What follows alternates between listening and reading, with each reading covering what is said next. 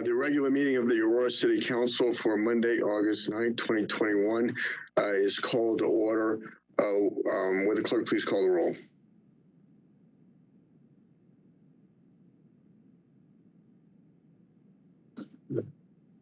Mayor Kaufman? Here.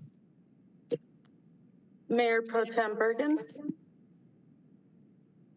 Here. Councilmember Berzins?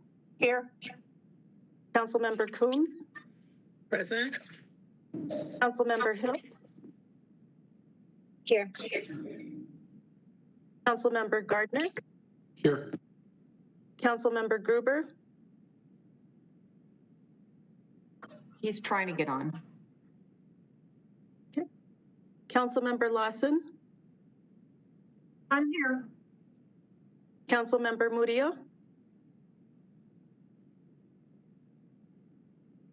Councilmember Murillo? Councilmember Marcano? Present. There is a quorum. Very well. Announcement of the public call-in line. Good evening. The City Council welcomes feedback from residents at City Council meetings on both matters appearing on the agenda and during public invited to be heard. For those watching on Channel 8, please call 855-695-3475, and when connected, press *3 to get in the queue to speak. Don't forget the star. You will hear a prompt confirming you are in line to speak to an operator, and then be able to continue listening to the meeting until the operator comes on to take down your name and the agenda item you wish to speak on. Residents who would like to speak for public invited to be heard or on a specific agenda item and have not already been screened, please press *3 to sign up before the item is called by the clerk. If you have already spoken to the operator, you do not need to press *3 again. Callers who do not sign up for public invited to be heard prior to it being called by the clerk may still press *3 to sign up and speak on non-agenda items at the end of the meeting. Thank you. Very well. Este mensaje se comunica en español. El Consejo Municipal de la Ciudad de Aurora da la bienvenida a la opinión de los vecinos en asuntos comparecientes en la agenda y durante la invitación a la audiencia pública. Por favor, llame al número de teléfono 8778-207831 y cuando esté conectado incluya el código 254610 y al término presione la tecla numeral. De esta manera obtendrá un turno para compartir su comentario. La operadora tomará su nombre y el asunto del que desea hablar y le pondrá en espera. Las personas que llamen deberán anotarse para la invitación a la audiencia pública o tratar un tema específico de la agenda antes de ser llamado por el funcionario encargado. Va a depender del volumen de asuntos previos a su llamada para que se conecte con la operadora. Así que, por favor, sea paciente y permanezca en la línea. Gracias. We are still in the pandemic. I know that we're all tired of it, but it is receding but not gone. And I lost a friend 2 weeks ago. I went to a funeral for the gentleman who had succumbed to COVID-19, and I'd like to have a moment of silence for all those who have been lost due to COVID-19 or who are struggling to recover.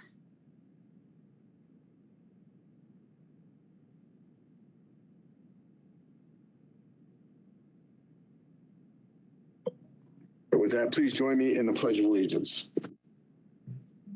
I pledge of allegiance to the flag of the United States of America and to the republic for which it stands, one nation, under God, indivisible, with liberty and justice for all.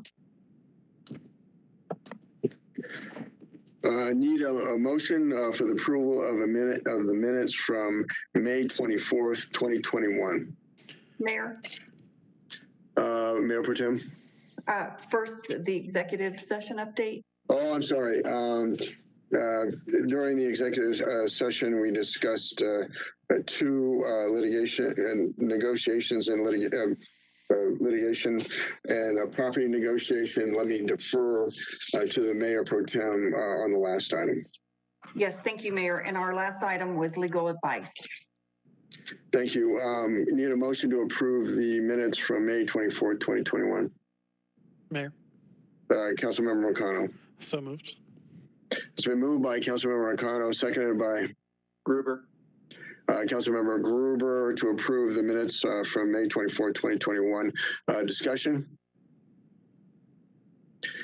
Seeing no discussion, will the clerk please read the roll on the approval of the minutes from May 24th, 2021? Mayor, I actually have a quick comment. I'm sorry, Councilmember Moreno. Yeah, sorry, and I'm struggling to find it which set of meeting minutes. I believe it's the 24th, but it's on page 11. It says that the date is Mary 27 as opposed to May 27, just to make that correction. That's on, okay, May 20th. All right. So a friendly amendment to the motion as amended, is that acceptable to the maker of the motion? Absolutely. Very well. Then the question before us is the adoption of Mayor. Councilmember Hiltz. Thank you. I think it says that I was in attendance, but I know that I missed one meeting, and I think it was that one. Okay. Then is it acceptable to the maker of the amendment? Can we check with can we just check with the clerk? Yes, Councilmember, I will double check right now and make sure if that was the meeting. Okay, thank you. Yeah, sorry, the PDFs are loading slowly on my eScribe, so I'm trying to scroll as fast as I could. Also, Mayor, if I can make an announcement, I just wanted to remind everybody that we are doing testing with the eScribe voting system. So you should see the items pop up on your iPad. You can vote yes, no, abstain. And so I just kind of wanted to put that out there and see, get feedback from council after this meeting on how it works. Could the clerk affirm whether or not Councilmember Hiltz was at the May 24th meeting? Yes, Mayor, I'm pulling up the attendance right now. While the clerk is doing that, I'd like to, without objection, I'd like to move to the June 14th minutes. Motion? Here. Councilmember Marcano. Move to approve 6B. It's been moved by Councilmember Marcano, seconded by Bergen. Mayor Pro Tem Bergen to approve the minutes from June 14, 2021. Discussion? Seeing no discussion, will the clerk please call the roll on the approval of the minutes from June 14, 2021? Councilmember Hiltz. Yes, because I finally got my calendar loaded and it was May 17th, which was study, so yes. Okay. Councilmember Berzins. Yes. Mayor Pro Tem Bergen. Yes, but the voting online is for the other one, FYI. We're voting on the June 14th, 2021 minutes. Yes, I'm just saying the May ones are showing up on our eScribe device. Okay, well, if you could just answer the roll on June 14th. Councilmember Gruber. Yes. Councilmember Gardner. Yes. Councilmember Lawson. Yes. Councilmember Murillo. Yes. Councilmember Marcano. Yes. Mayor Kaufman. Yes. Councilmember Coons. Yes. Motion to approve the minutes of the meeting on June 14th, 2021 passes. Let's go back to the minutes of May 24th, 2021. Will the clerk please call the roll? Well, is there further discussion on the adoption of the minutes from May 24, 2020? Mayor. Councilmember Morgan. Yes, sorry, I'm trying to pull up eScribe or wherever the voting is. Are you able to reflect the changes that were discussed when you're asking for that virtual vote, City Clerk?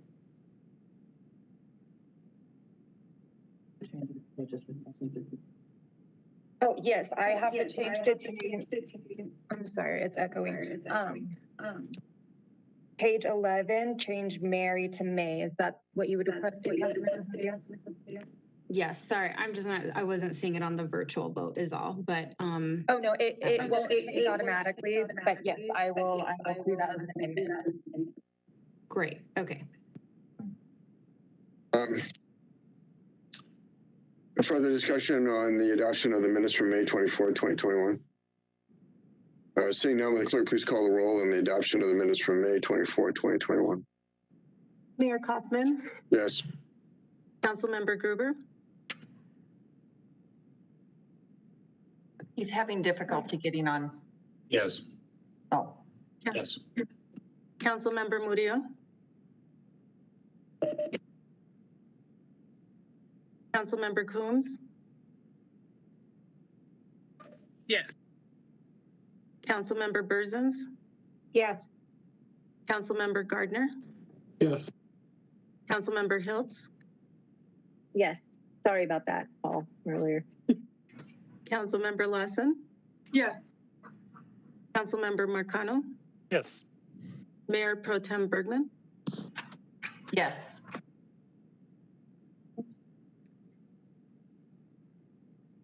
The motion to approve the minutes of the meeting on May 24th, 2021 with the amendment passes. Public invited to be heard. Is there anybody in public invited?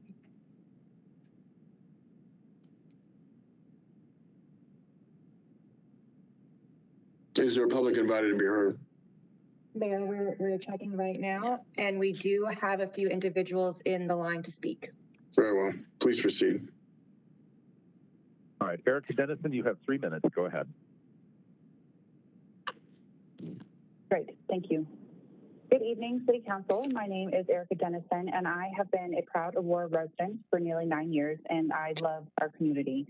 We are less than an hour away from the mountains, close to Cherry Creek State Park and DIA, miles of outdoor trails, and are culturally diverse as a majority city. Not to mention the great food, local events, and other fun things to do in Aurora.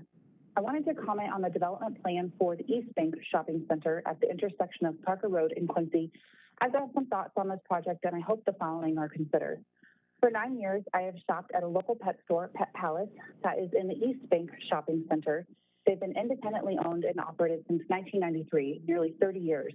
This new proposal affects small businesses such as Pet Palace and others in that area, and I fear for their continued success if changes occurred due to the proposed development plan.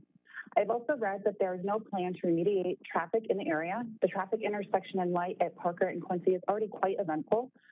Additionally, the other traffic light on Quincy exiting the south parking lot of the East Bank Shopping Center is quite the challenge. Often you cannot turn right going west out of the East Bank Shopping Center going on Quincy because it's backed up the light at Quincy and Parker. A traffic survey of that area could be helpful. The intersection is already busy, and I think pedestrian and bike safety need to be considered. The north side of Parker Road does not have a pedestrian crosswalk. There is only one on the south side. If apartments are built, tenants will likely walk across or bike across Parker Road to enter Cherry Creek State Park via the Parker Road Trail on the west side of Parker Road. The idea of no new traffic light, additional crosswalk, or considerations for future-proofing the safety of pedestrians or bikers at this intersection is worrisome. And lastly, Cherry Creek State Park is already the busiest state park in Colorado, which I love. Adding 321 units, 600 plus tenants, and 500 more cars to that area seems not well thought out. I can only imagine the congestion that will happen between that half-mile stretch between the proposed development and the north exit to enter Cherry Creek State Park off Parker Road.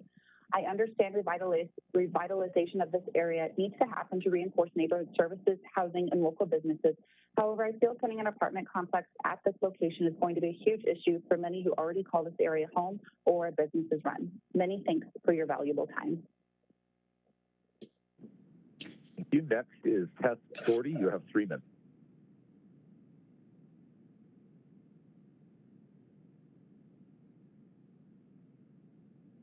Test 40, go ahead. You have 3 minutes. Hi, Aurora City Council. Thank you so much for allowing the public to be here tonight to speak. I just wanted to talk about the array of housing solutions that different municipalities have been using to address people experiencing homelessness and our unhoused neighbors. I've been doing some research, and there are some municipalities like Denver and Boulder that are actually committing serious human rights violations, according to the Geneva meeting in 2014. They did a study.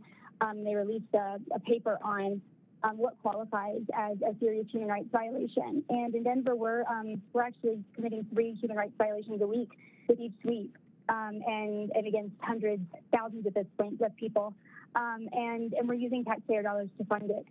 So this is just me calling to say that there's other ways to address, people living on the streets. One of them is to provide sanitation and trash pickup so that the encampments and the issues with encampments that we see in Denver, at least, are mitigated. And in Denver, there's one 24-hour public restroom.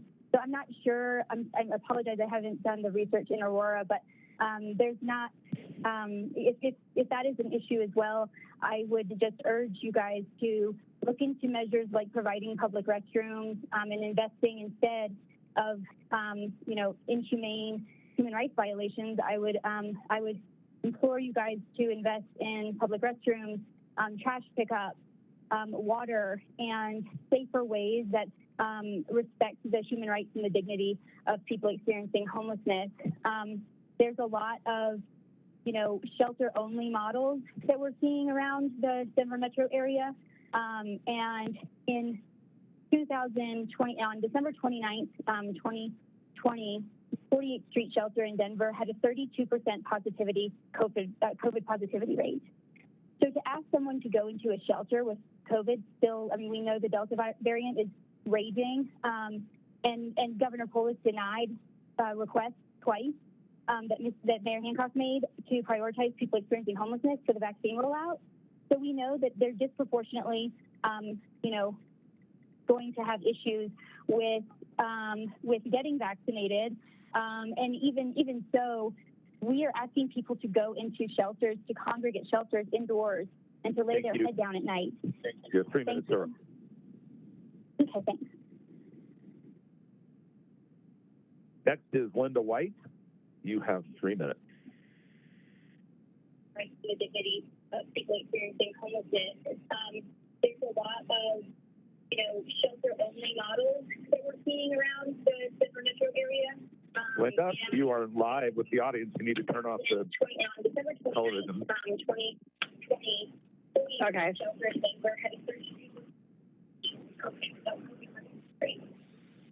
Can I go right now? You are live. Go ahead. Turn off your television. Okay. My name is Linda White. I'm a registered voter in Aurora. I want you to know that I am in favor of the camping ban. Allowing homeless camping does economic damage to our city, damages to our businesses, and damages to the neighborhoods. They are unsanitary, unsafe, and unhealthy. To those of you opposing this ban, I ask, would it be okay if homeless camping comes to your yard, to your neighborhood? Will it be okay with your neighbors?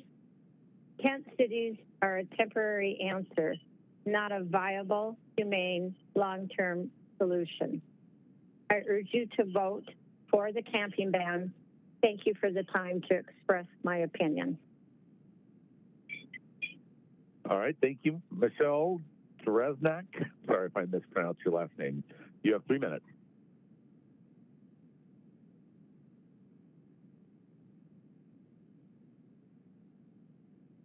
Michelle, it's your turn. 3 minutes. Go ahead.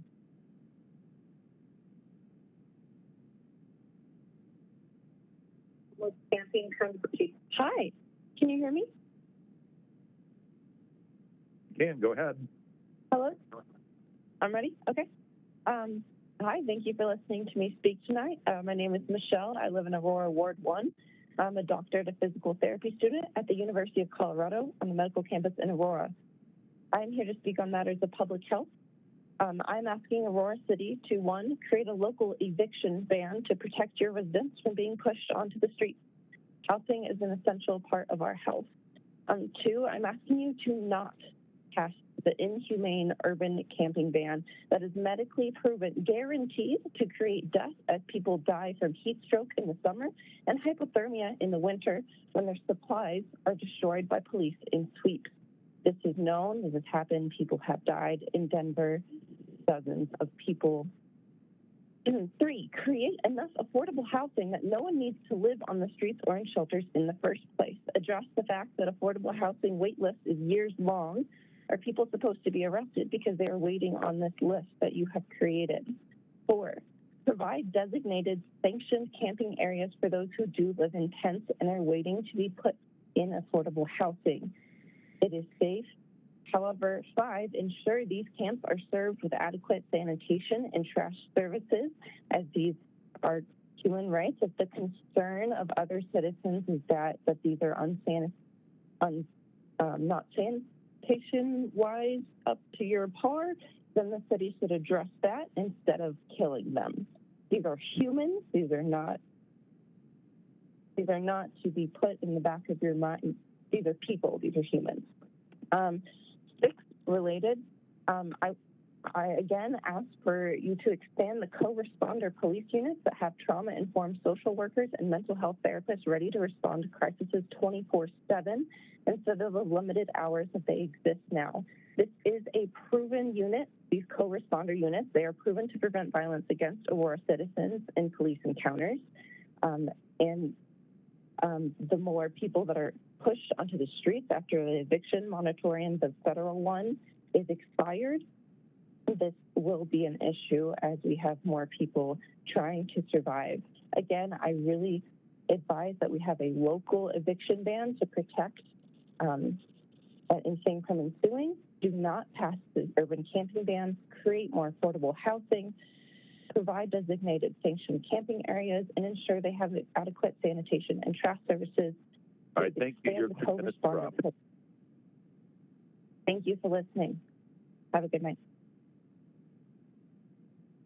All right, next is John Eisel. John, you have 3 minutes.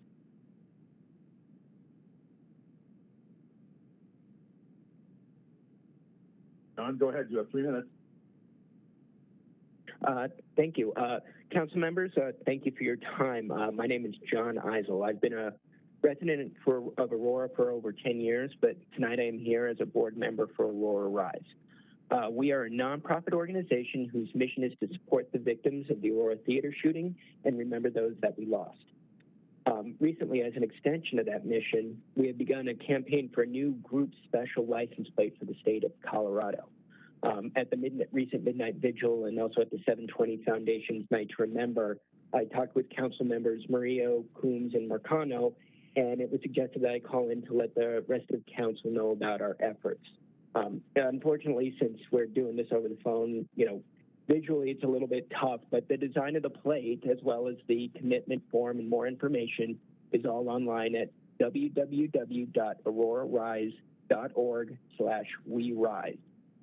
If you eventually get to see it, the plate has 13 stars in the sky, one for each person that we lost the night of the theater shooting. The blue ribbon is associated with victims' rights. We Rise in the middle is for all of us who were affected by the theater shooting and for everyone else who is dealing with the aftermath of criminal activity. This isn't just a memorial plate, but proceeds from the plate would go to the state of Colorado's Victim Compensation Fund, so it would help future victims of crime in the state of Colorado. In order to have this plate move on to the state legislature, we need 3,000 commitments from the state of Colorado motor vehicle owners. Currently, we have 627. Once it reaches the state legislature, Representative Tom Sullivan, father of victim Alex Sullivan, has already agreed to sponsor the plate. I am here simply to let the Aurora City Council know about our efforts, seek their support in any appropriate fashion, and to answer any questions. My name again is John Eisel. I can be reached at john@aurorarise.org, and you can also go to www.aurorarise.org/WeRise for all the information. Once again, thank you. That concludes the public invited to be heard. The agenda, I need a motion. So moved. Hilt. It's been moved by Councilmember Hilt, seconded by Bergen. Mayor Pro Tem Bergen to approve, to adopt the agenda. Discussion? Seeing none, will the clerk please call the roll on the adoption of the agenda? Mayor Kaufman, Yes. Mayor Pro Tem Bergen, Yes, sorry, trying to vote online. Councilmember Gardner, Yes. Councilmember Marcano, Yes. Councilmember Berzins, Yes. Councilmember Gruber, Yes. Councilmember Murillo,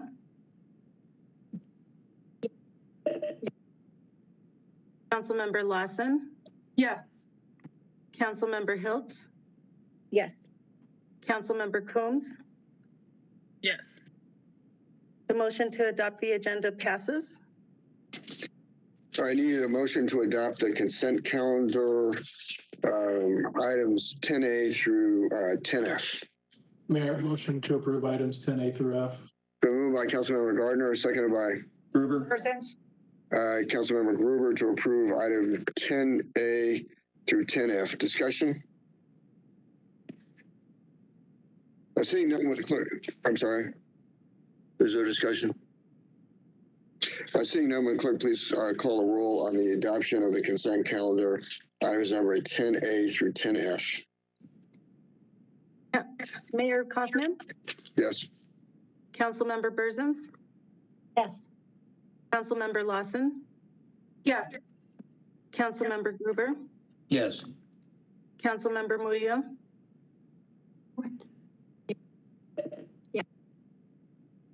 Councilmember Coombs, Yes.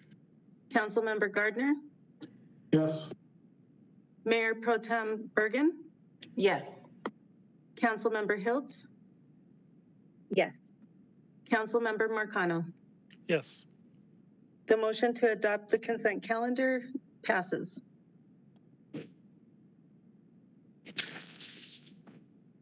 The time is now 7 o'clock.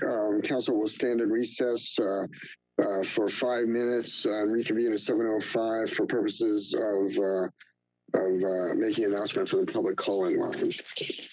Council stands in recess. Residents who would like to speak on a resolution or ordinance and have not already been screened, please press star 3 before the item is called by the clerk.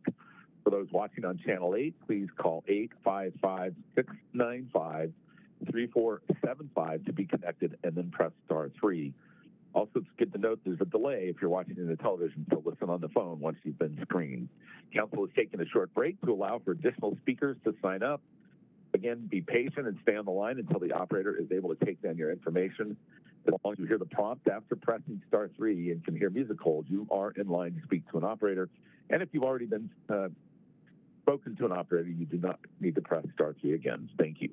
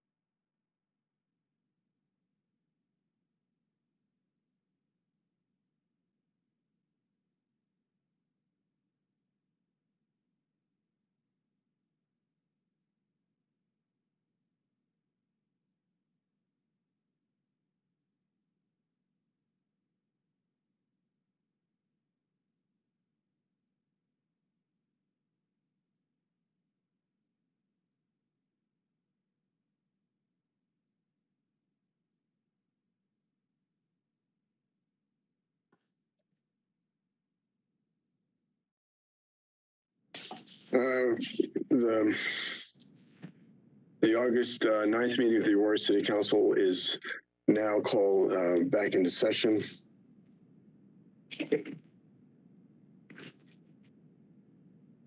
Would the clerk please read the title to item number 11A? Item 11A, R 2021-73, a resolution of the City Council of the City of Aurora, Colorado, setting the date of a public hearing on the petition for organization of the Windler Business Improvement District Number 1 and ordering the publication and mailing of a notice of such hearing. Okay. Presentation by staff. Yeah, good evening. This information will apply to 11A and 11B. The city has received petitions for the proposed Windler Business Improvement Districts numbers 1 and 2. These business improvement districts or bids are part of the overall Windler development, which is planned to be a mix of commercial and residential uses.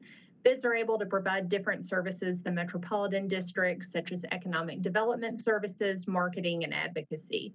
In accordance with state statute, the items before you this evening are resolutions, which will set the date for the public hearings on these items. Pending council approval of these resolutions, these items would move forward to study session on August 16th, have the first reading of the ordinance and public hearing on August 23rd, and the second reading on September 13th. We have legal counsel for the district as well as members of the development team in attendance this evening should you have any questions. Thank you. Presentation by the applicant. Mayor Kaufman and Christopher Fellows on behalf of the applicant. We're prepared to be responsive to council questions or make a presentation at your discretion. Not knowing if that's necessary, I'd like to respect council's time and be responsive rather than bore you with details you may not need. Are there members of the public who wish to speak? Mayor, there are no callers. The questions by members of council? Mayor? Mayor Pro Tem. So we're not really doing a public hearing. We're just doing resolutions to set the public hearing. Is that correct? That's correct. This is just to set the date for the public hearing. Yep. Okay. Thank you so much. Is there further discussion? If not, public hearing is closed. Motion?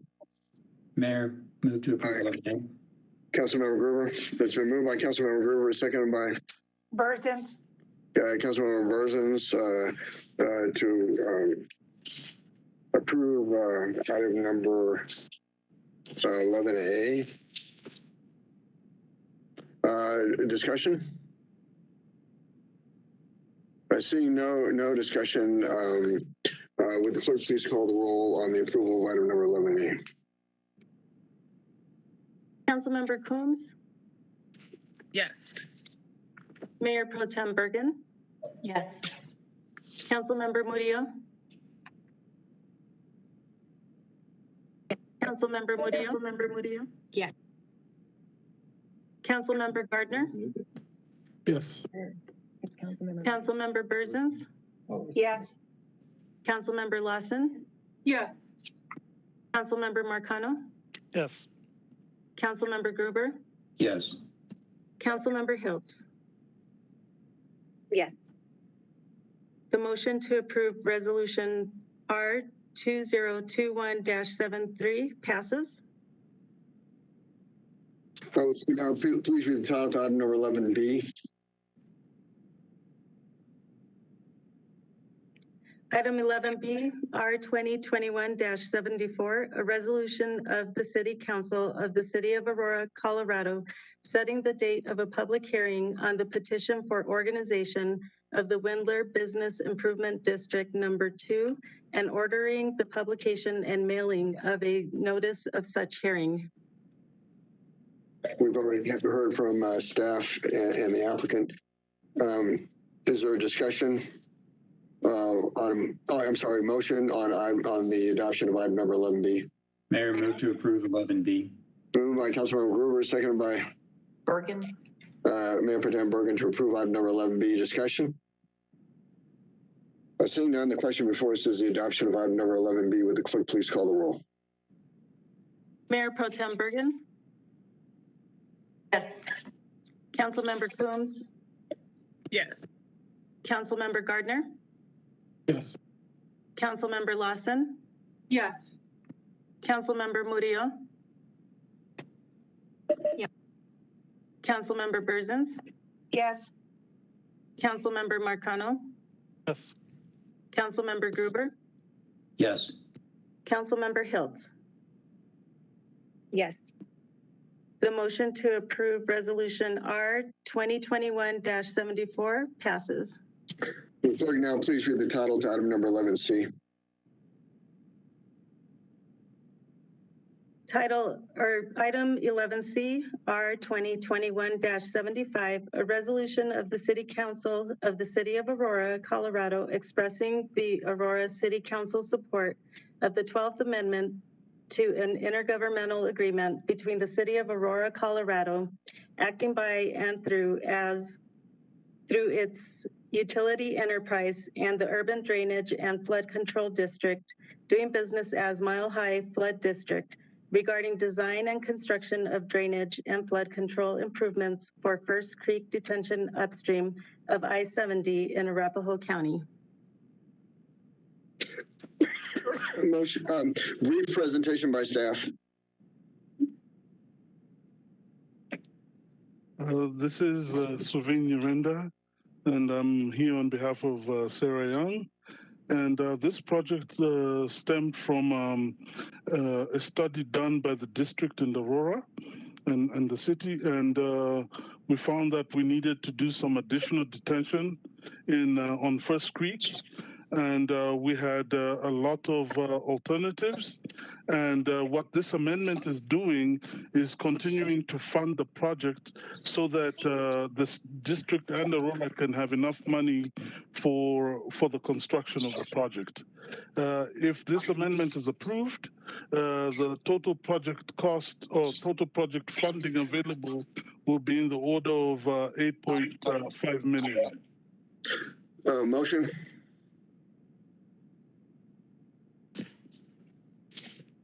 Motion.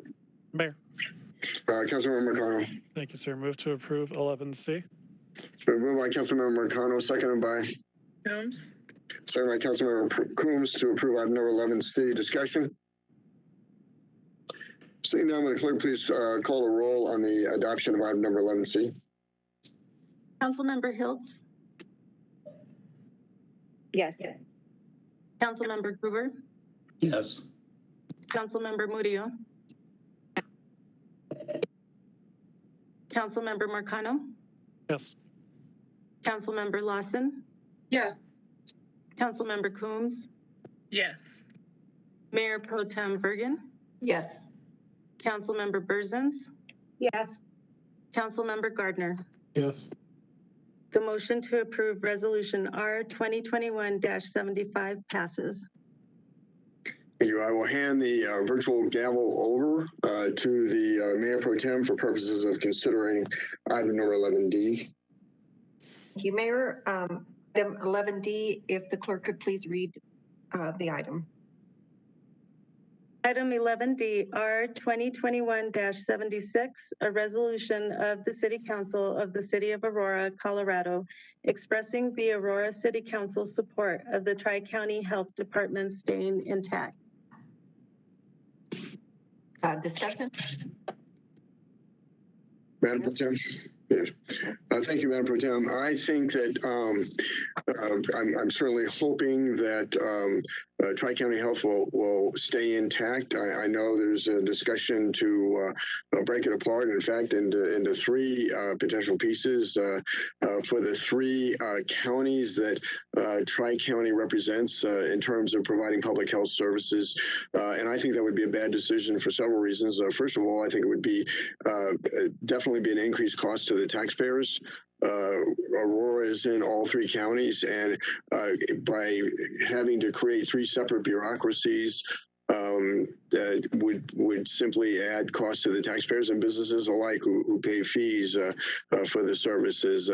Secondly, I think you've got a greater depth of expertise in a larger organization. And third, I think it was a very difficult process to help us, to help us navigate through a pandemic. And there were a lot of unknowns. I think they grew as we grew during this process, and they allowed more flexibility towards the end that reflected the different, I would say, political cultures between the three county boards of commissions that make up the Tri-County Health. Each county board of commissioners appoints 3 members to the 9-member board of Tri-County Public Health Department, and I really believe that they grew into this again through sometimes trial and error, but I really appreciate all that they did to bring us to the point where we are now, and think it would be a big mistake to break them apart. And with that, I would ask for a yes vote. Thank you. Further discussion? Further questions or discussion? I have one, Mayor. We had received an email from Douglas County commissioners. They were not in favor of us doing a resolution that included them. And so I just want to clarify that this resolution is requesting that is expressing the city's support of Tri-County staying intact. But it does not, so I guess we're not allowing for Douglas County to I guess they could have their own resolution to stay intact. Well, part of part of Tri-County Health and part of the city of Aurora is in Douglas County. And so, again, that's why staying intact. And I do believe, I know that the commissioners were very frustrated sort of midway through the process.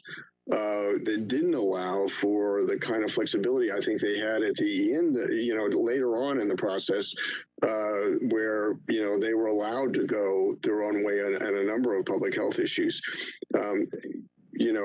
The Tri-County Health, first of all, has to meet the requirements set by the Colorado Department of Public Health and the Environment. They can go beyond that, but I think they showed, great flexibility towards the end. Unfortunately, that was after the fact, where some of the county commissioners had already pledged that they were going to go their own way. I get the heat of the moment, but the fact is, Douglas County taxpayers, Aurora being part of it, are going to be paying more for this decision without getting better service. And so I just think it's a mistake, and I hope they reconsider. Further discussion? And then I'll make one more point, because I do have Douglas County in my ward. And I did hear from businesses that were very frustrated with the fact that right next door in Lone Tree, Parker, businesses at one point were able, I think, to operate under a different standard than they were. And so I just want to say that by supporting this resolution does not take away the fact that I understand their frustration, and I also agreed with them that they should not be put into the same boat as the entire Arapahoe County, Adams County, Douglas County bucket. That I think there were significant differences in cases and hospitalizations that I thought some exceptions should have been made. Any further discussion? Okay. Then we can go ahead and call for the vote.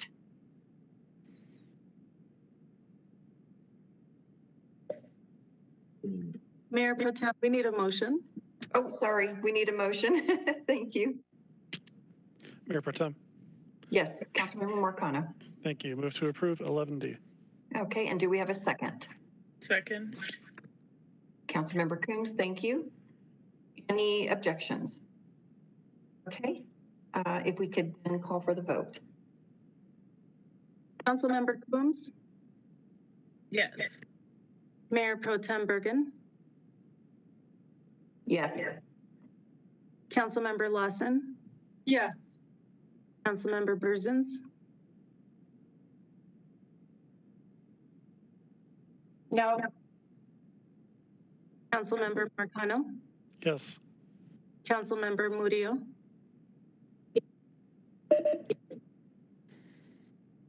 Councilmember Murillo, Yes. Can you hear me? yes, thank you. Councilmember Gardner, Yes. Councilmember Cooper, Yes. Councilmember Hiltz. Yes.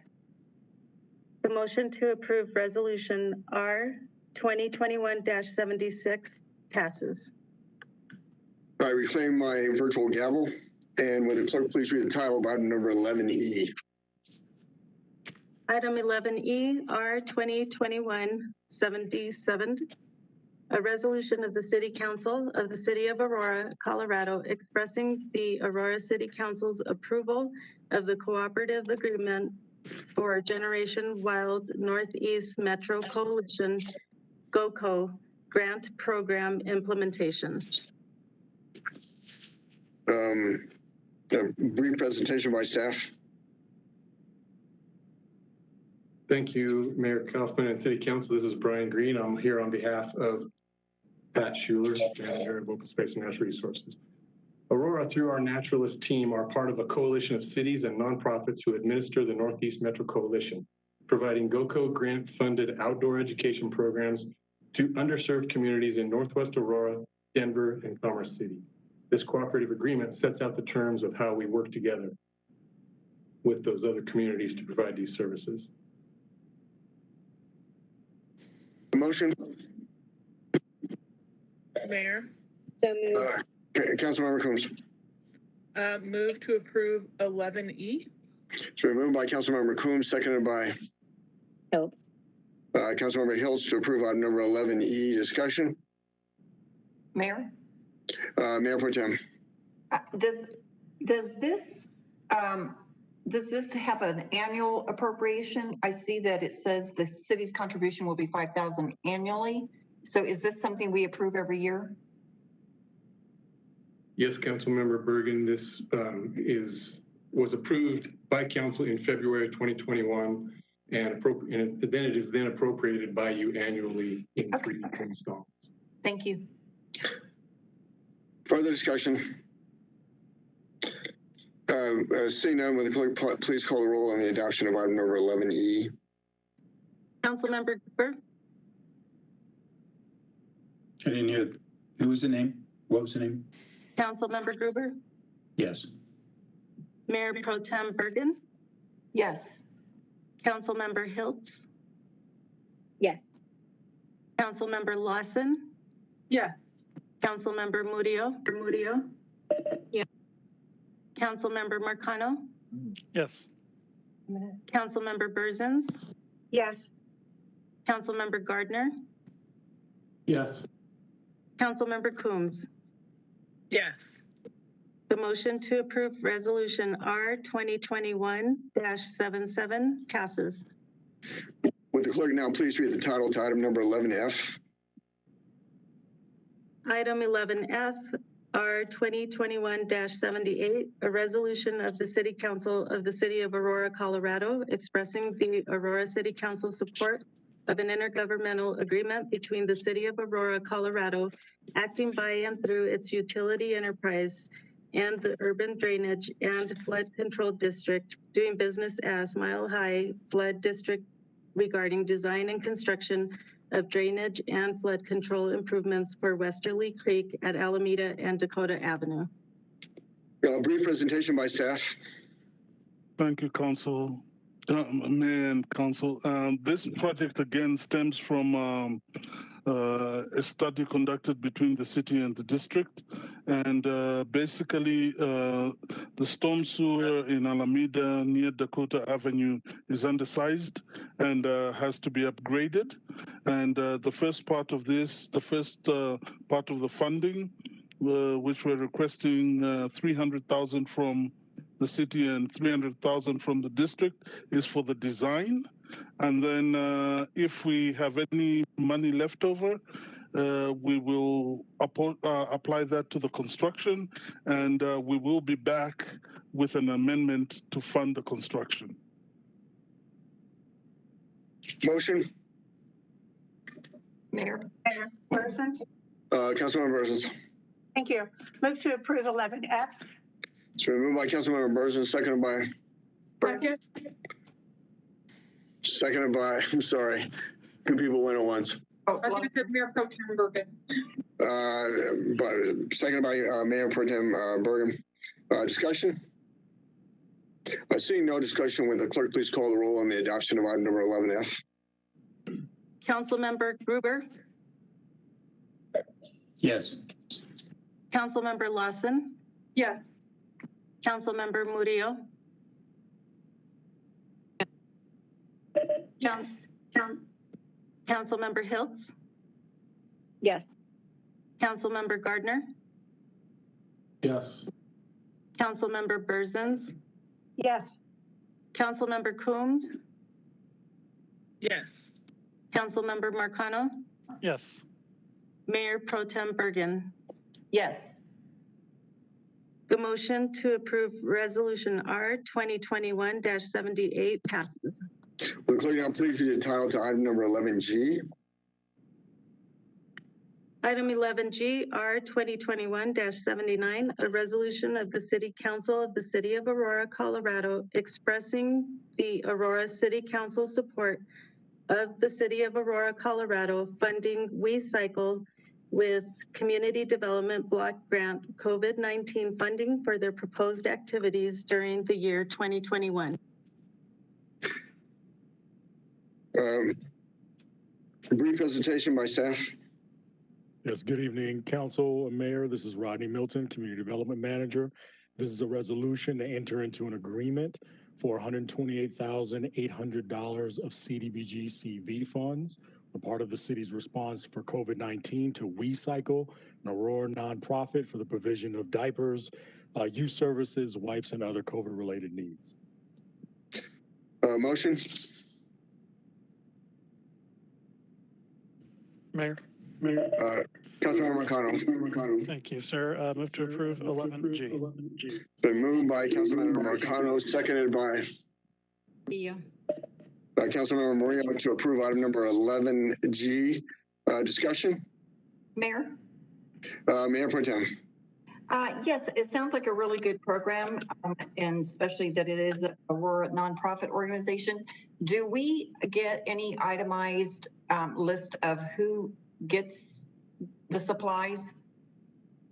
All of the CDBG CV contracts do have performance measures. They do have quarterly reporting requirements. And so, yes, we do have beneficiary information that is collected. These are federal dollars, so they're collected. Yes. So you have that documentation? Yes. Okay, thank you so much. No problem. Further discussion? Seeing none, seeing no further discussion, will the clerk please call the roll on the adoption of item number 11G? Councilmember Hiltz, Yes. Councilmember Lawson, Yes. Councilmember Murillo, Yes. Mayor Pro Tem Bergen, Yes. Councilmember Marcano, Yes. Councilmember Burzins, Yes. Councilmember Gruber, Yes. Councilmember Gardner, Yes. Councilmember Coombs. Yes. The motion to approve Resolution R 2021-79 passes. Will the clerk now please read the title to item number 11H? Item 11H, R 2021-80, a resolution of the City Council of the City of Aurora, Colorado, expressing the Aurora City Council's approval of the Community Development Block Grant Agreement between the City of Aurora, Colorado and Aurora Arapahoe Battered Women's Shelter, Inc., doing business as Gateway Violence Services. Brief presentation by staff. Yes, good evening again. This was a resolution to enter into an agreement to renovate the facility for Aurora Arapahoe Battered Women's Shelter in the amount of $300,000 in CDBG funds. Motion? Mayor. Councilmember Coombs. Move to approve 11H. It's been moved by Councilmember Coombs, seconded by Gruber. Councilmember Gruber to approve item number 11H. Discussion. Mayor, Mayor Pro Tem. just a question also, this is an excellent program. And I know you, we can't disclose the facility, but in renovating, are they adding facilities or it's just total renovation? Correct. This is a renovation in the interior renovation. Okay, thank you.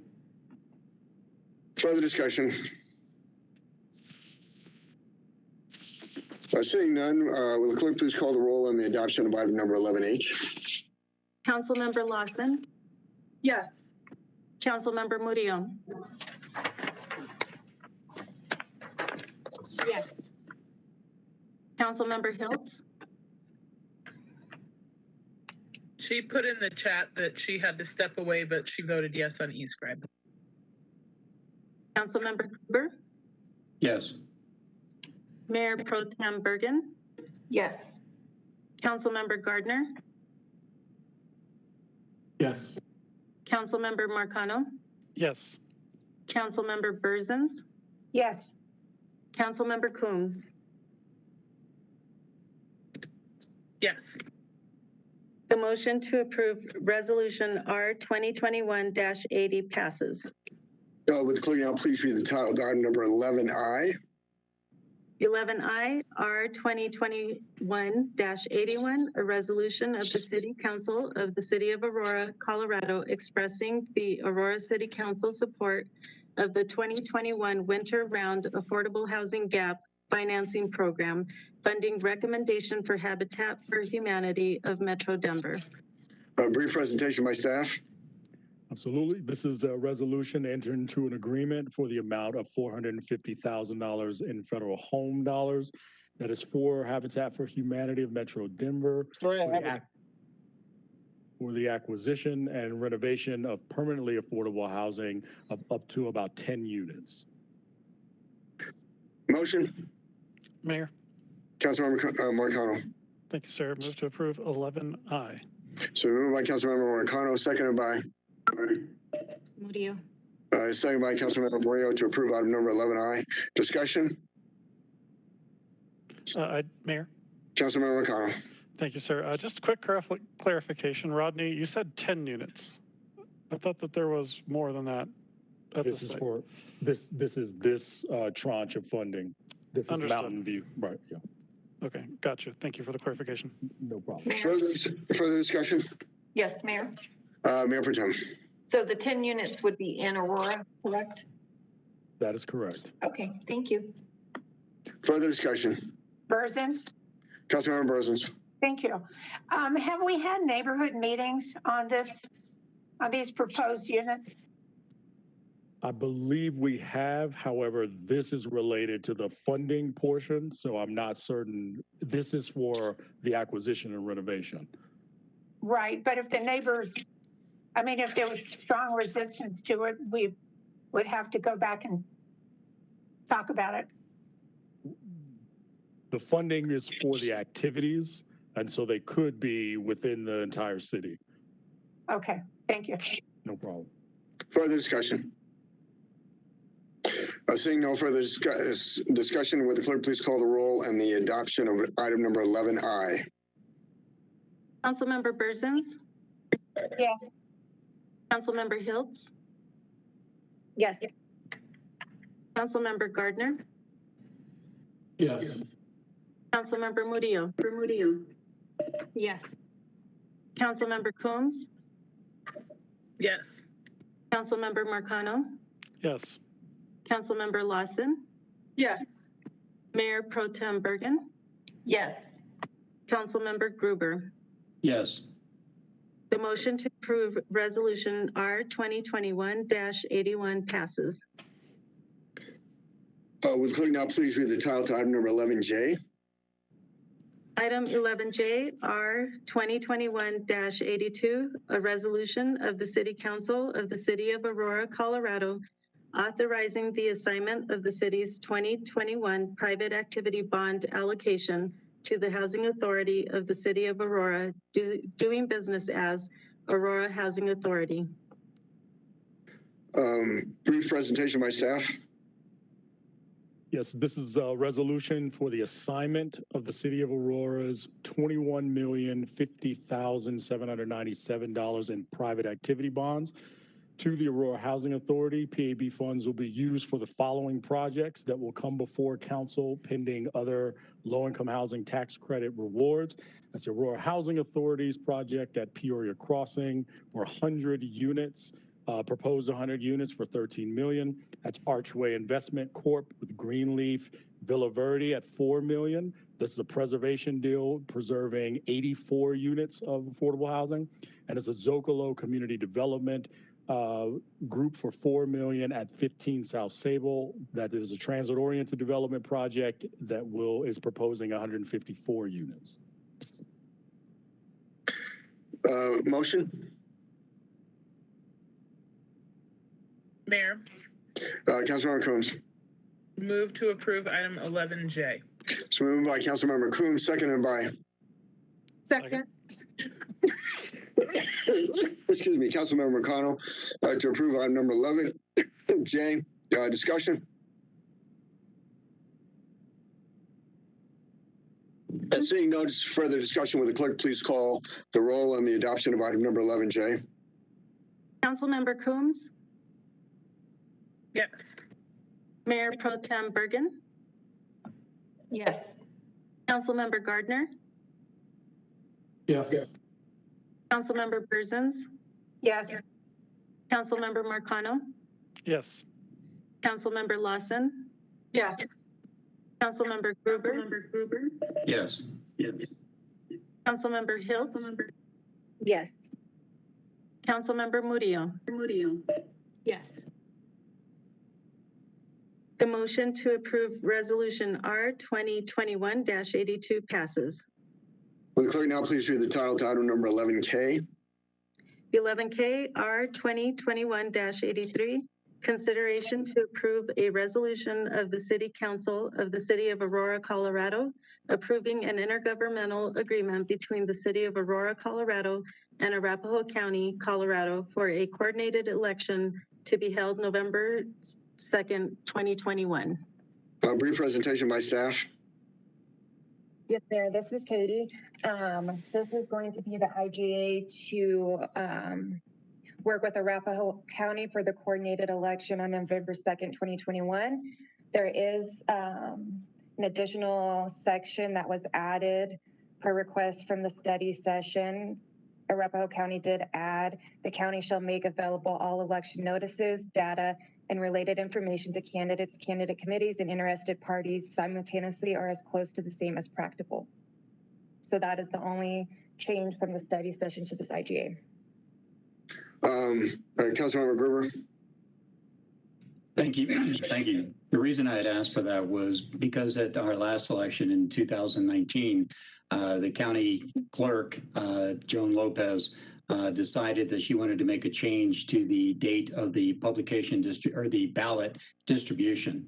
So she told everybody that the ballots were going to go out on a Monday. And then later she made a change where she notified the Democrats that the ballots were going to go out on a Friday without telling the Republicans. I think that several of the folks on the left published that on social media, which is how we found out. That was damage that we could not undo, given the fact that the folks on the left had knowledge that people were going to have their ballots.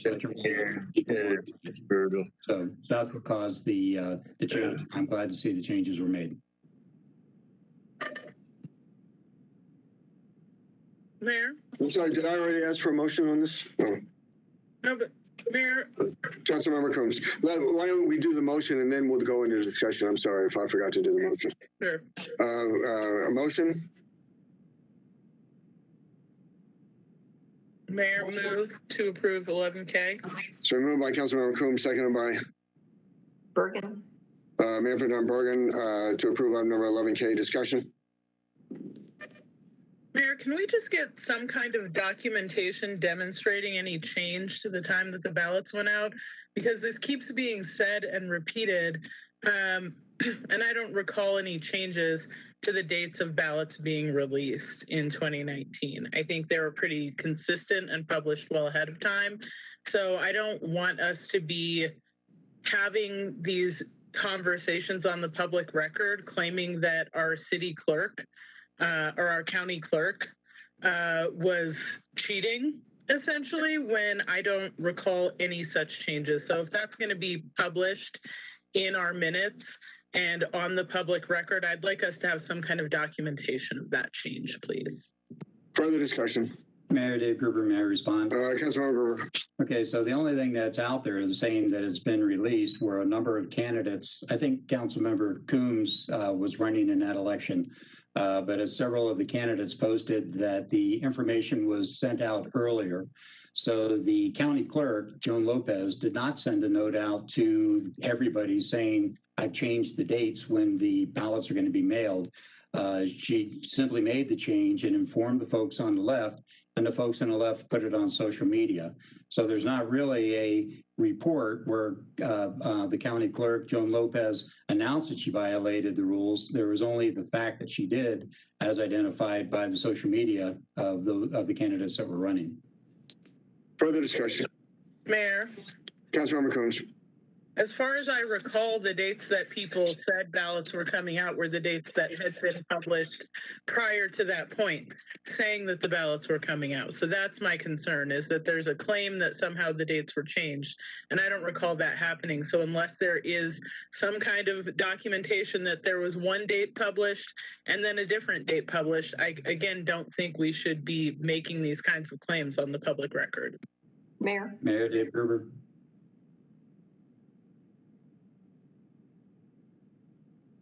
Mayor, maybe on mute. Oh, Councilmember Gruber.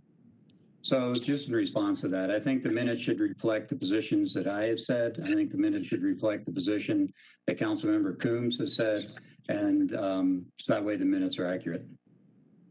Further discussion. Mayor? Mayor Pro Tem. I'm trying to recall that time, but I remember the dates were changed, and I think they came out, the ballots came out a couple days earlier than what was anticipated, is what I recall. Further discussion. Berzins. Councilmember Berzins. Thank you. Can you tell me where in this resolution that where it's been added, that the information will come out? I'm looking at it and I don't see it anywhere. Staff. It is added to section 2.02 county responsibilities, item BB. It's on page 8. Page 8. Thank you, Rachel. Okay, thank you. Further discussion. Seeing no further discussion, the question before us is the adoption of item number 11K. Would the clerk please call the roll? Councilmember Coombs? Yes. Councilmember Berzins? Yes. Councilmember Marcano? Yes. Councilmember Hiltz? Yes. Councilmember Gruber? Yes. Councilmember Gardner? Yes. Mayor Pro Tem Bergen? Yes. Councilmember Murillo? Yes. Councilmember Lawson? Yes. The motion to approve Resolution R 2021-83 passes. Would the clerk now please read the title to item number 11L? Item 11L R 2021-84, consideration to approve a resolution of the City Council of the City of Aurora, Colorado, approving an intergovernmental agreement between the City of Aurora, Colorado and Adams County, Colorado for a coordinated election to be held November 2nd, 2021. Brief presentation by staff. Mayor, this is Katie. This is the IGA with Adams County for the coordinated election on November 2nd, 2021. There was verbiage added to this IGA as well under section 2.01 county responsibilities, item S. The county clerk shall make available all election results notices, data, and related information through the Secretary of State electronic portal where it may be viewed by the general public. No election results information will be made available in advance of that release to candidates, candidate committees, or any other interested parties. Motion? Councilmember McConnell. Thank you, sir. Move to approve 11L. Moved by Councilmember McConnell, seconded by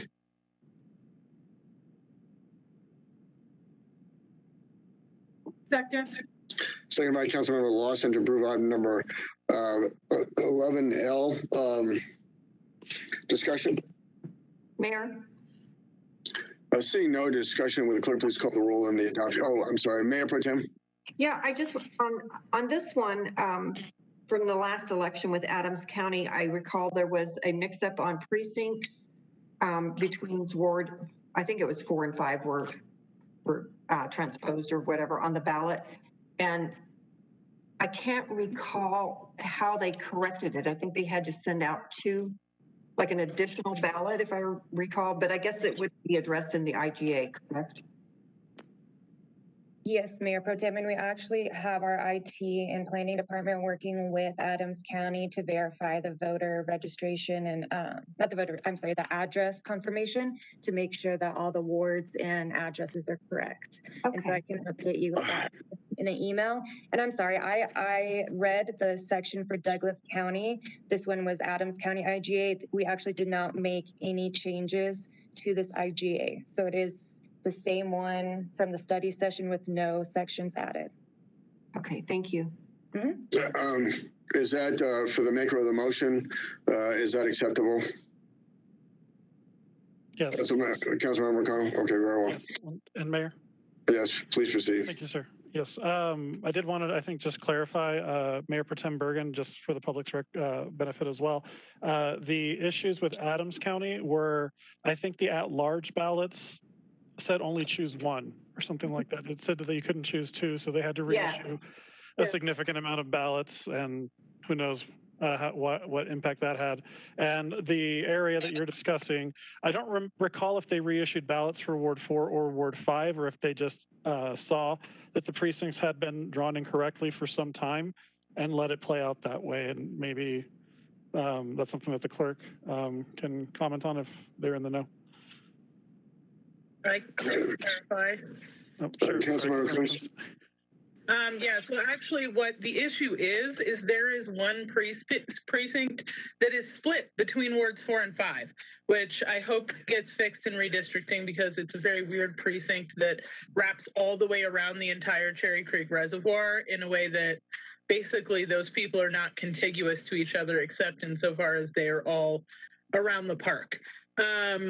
But what they did do actually was, I believe, reissue a small number of ballots to Ward 5 residents who had received ballots that said, or that had Ward 4 information on them. So that's what had happened. And again, I hope we do fix that because it's a very strange precinct that doesn't make a lot of sense. Yeah. Further discussion? Seeing none, the question before us is the adoption of item number 11L. Will the clerk please call the roll? Councilmember Gardner? Yes. Councilmember Gruber? Yes. Councilmember Coombs? Yes. Councilmember Marcano? Yes. Councilmember Hiltz? Yes. Councilmember Berzins? Yes. Mayor Pro Tem Bergen? Oh, yes, sorry. Councilmember Murillo? Yes. Councilmember Lawson? Yes. The motion to approve Resolution R 2021-84 passes. Will the clerk now please read the title to item number 11M? 11M R 2021-85, consideration to approve a resolution of the City Council of the City of Aurora, Colorado, approving an intergovernmental agreement between the City of Aurora, Colorado and Douglas County, Colorado for a coordinated election to be held November 2nd, 2021. Brief presentation by staff. Yes, Mayor, this is Katie. This is the IGA with Douglas County to coordinate for the November 2nd, 2021 election. The verbiage, the county clerk shall make available all election results, notices, data, and related information through the Secretary of State electronic portal where it may be viewed by the general public. No election results information will be made available in advance of that release to candidates, candidate committees, or any other interested parties. That was added to section 2.01 under county responsibilities, item S. Motion? Mayor, Councilmember Marcano. move to approve 11M. Been moved by Councilmember Marcano, seconded by Bergen. Mayor Pro Tem Bergen to approve item number 11M. Discussion? Seeing no discussion, the question before us is the adoption of item number 11M. Would the clerk please call the roll? Councilmember Marcano, Yes. Mayor Pro Tem Bergen, Yes. Councilmember Murillo, Yes. Councilmember Coombs, Yes. Councilmember Gardner, Yes. Councilmember Lawson, Yes. Councilmember Gruber, Yes. Councilmember Berzins, Councilmember Berzins,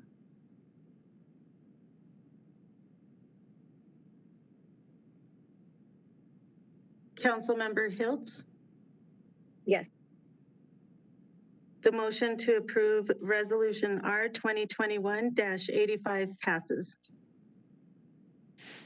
And sorry, Mayor, Councilmember Berzins voted yes on e-scribe. Okay, very well. The time is now 7:52. Council will stand in recess until 7:57, giving staff the time to do an announcement for the call-in line. Council now stands in recess. Residents who would like to speak on an ordinance and have not already been screened, please press star 3 before the item is called by the clerk. For those watching on Channel 8, please call 855-695-3475 to be connected and then press star 3. Council is taking a short 5-minute break to allow for any additional speakers to sign up.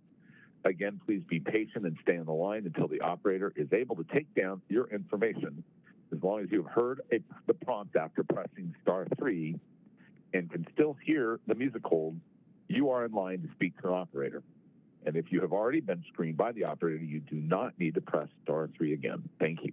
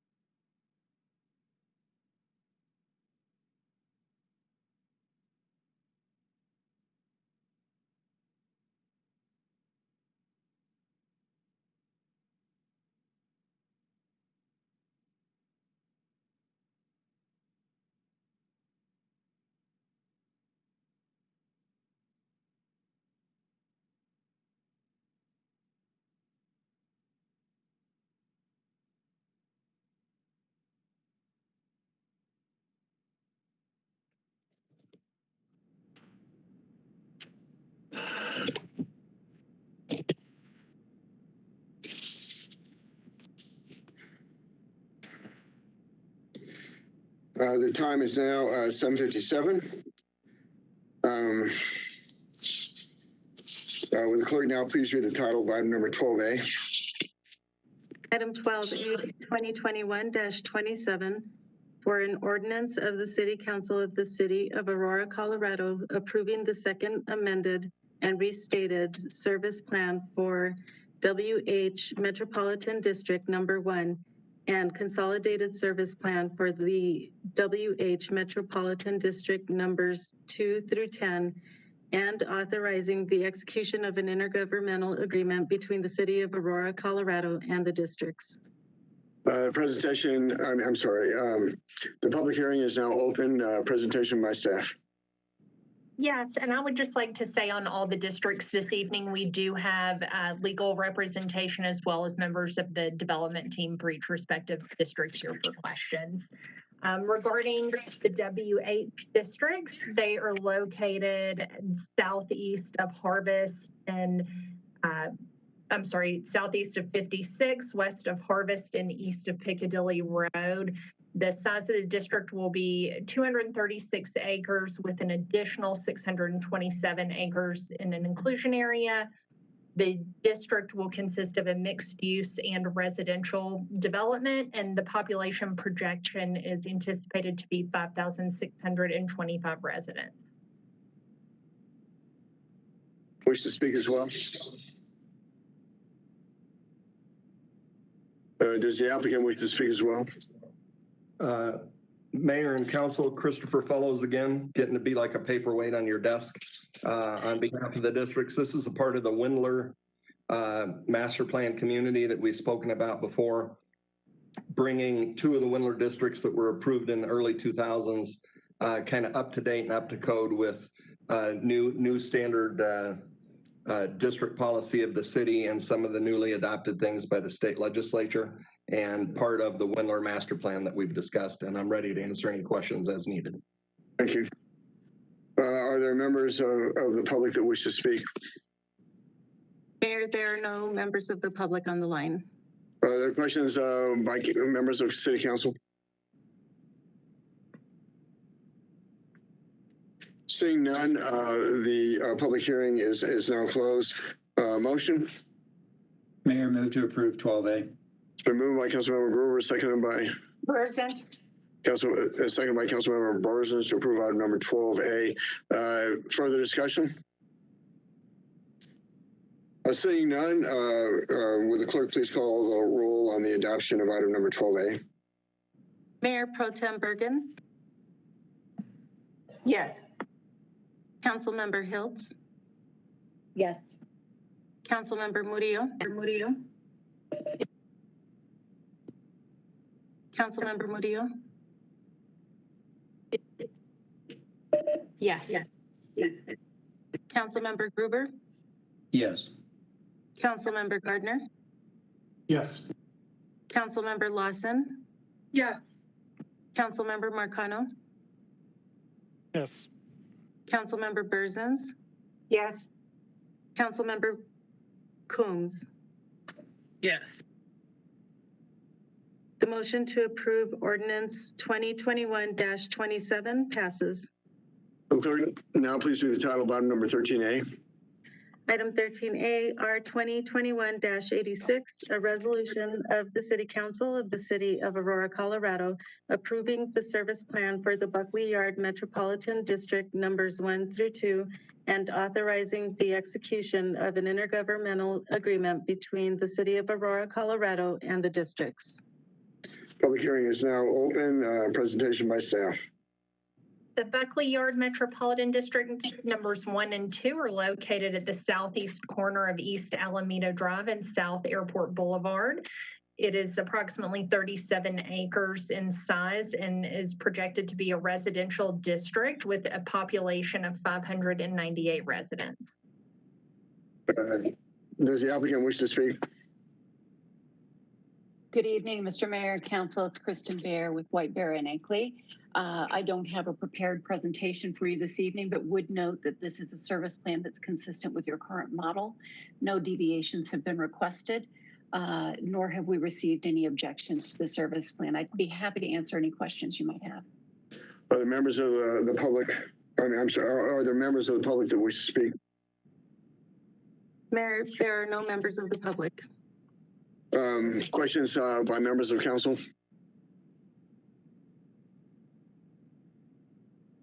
Seeing no questions by council, the public hearing is now closed. A motion. Mayor. Councilmember Brosens. Thank you. To approve 13A. Moved by Councilmember Brosens, seconded by Gruber.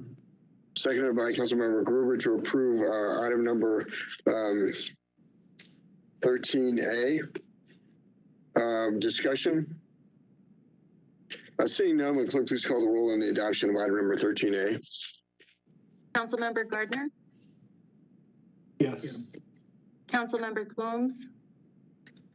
Yes. Mayor Pro Tem Bergen. Yes. Councilmember Lawson. Yes. Councilmember Berzins. Yes. Councilmember Hiltz. Yes.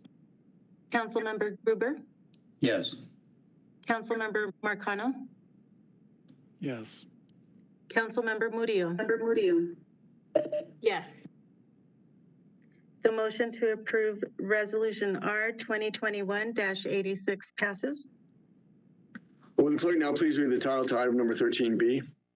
Item 13B, R 2021-87, a resolution of the City Council of the City of Aurora, Colorado, approving the service plan for the East Bend Metropolitan District and authorizing the execution of an intergovernmental agreement between the City of Aurora, Colorado, and the district. Public hearing is now open. Presentation by staff. The East Bend Metropolitan District is located at the southeast corner of South Andy Circle and South Tower Road. The initial size of the district is 0.352 acres with an additional 9.969 acres for the inclusion area. This is a residential district with a population projection of 230 residents. Does the applicant wish to speak?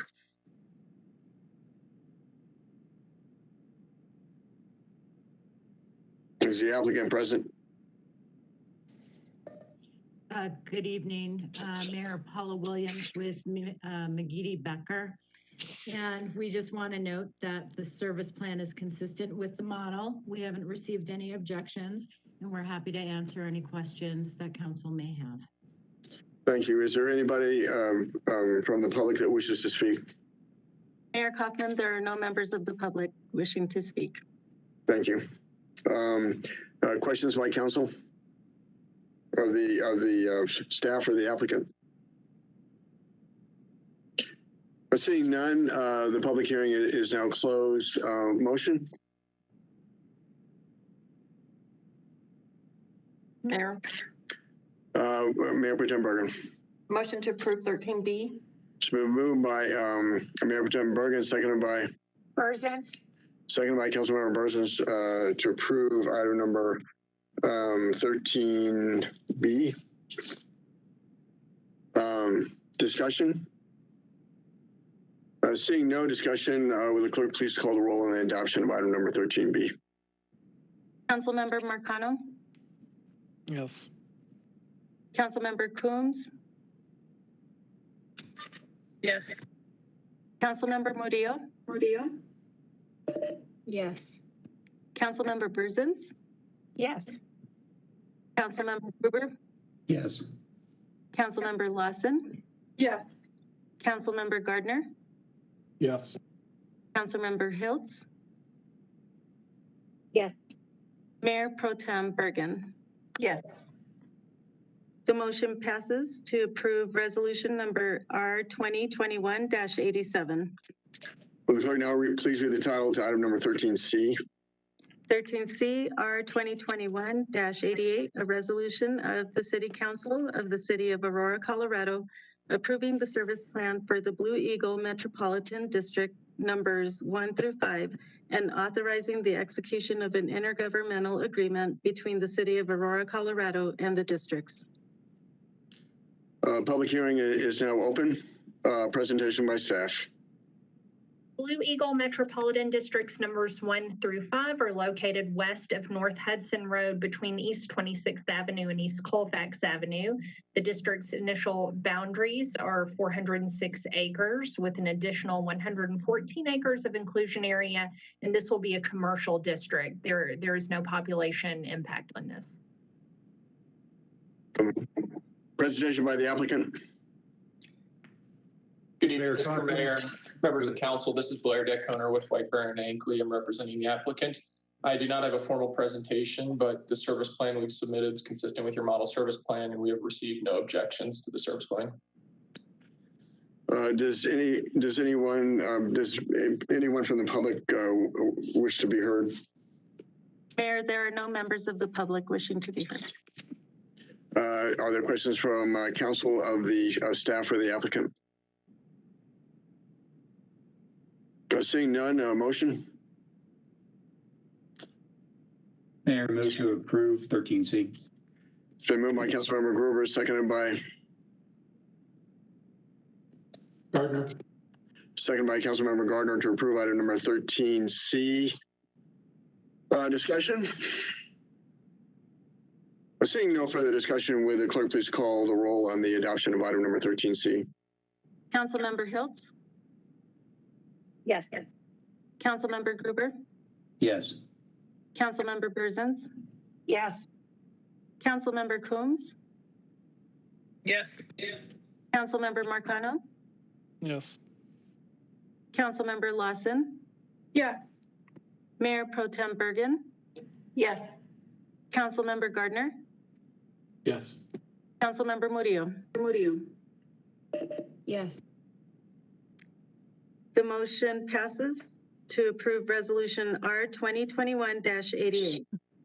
Will the clerk now please read the title to item number 13D? 13D R 2021-89, a resolution of the City Council of the City of Aurora, Colorado, approving the service plan for the Marquest Airport Park Metropolitan District and authorizing the execution of an intergovernmental agreement between the City of Aurora, Colorado, and the district. Public hearing is now open. Presentation by staff. Marquest Airport Park Metropolitan District is located at the southwest corner of East 56th Avenue and North Hayesmount Road. It is approximately 157.3 acres in size, and it will be a commercial and industrial district, no residential population to be added. Presentation by the applicant. Good evening, Mr. Mayor and Council. This is Matt Rulin from Collins, Cockrell and Cole here on behalf of the applicant. We have no formal presentation, but the service plan is consistent with the city's model, and we've received no objections. We are available if there's any questions, though. Thank you. Is there anybody from the public that wishes to be heard? Mayor, there are no members of the public on the line. Are there any members of council that have questions of the staff or the applicant? Dave Gruber. Councilmember Gruber. This runway is almost directly under the flight path of the, this piece of property is directly under the flight path of the runways for the Denver airport. What I would like to have a statement of something acknowledging that that this property will comply with any of the regulations that the FAA imposes.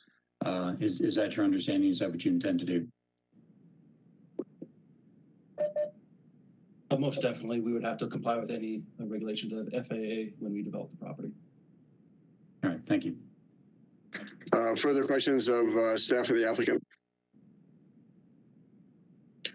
Seeing none, the public hearing is now closed. Motion. Mayor, motion to approve item 13D. So moved by Councilmember Gardner, seconded by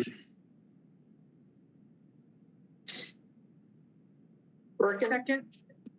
It's been moved by Councilmember Gardner, seconded by Mayor Pro Tem Bergen to approve item number 13D. Discussion? Seeing no further discussion, will the clerk please call the roll on the adoption of item number 13D? Councilmember Gardner? Yes. Councilmember Marcano? Yes. Councilmember Berzins?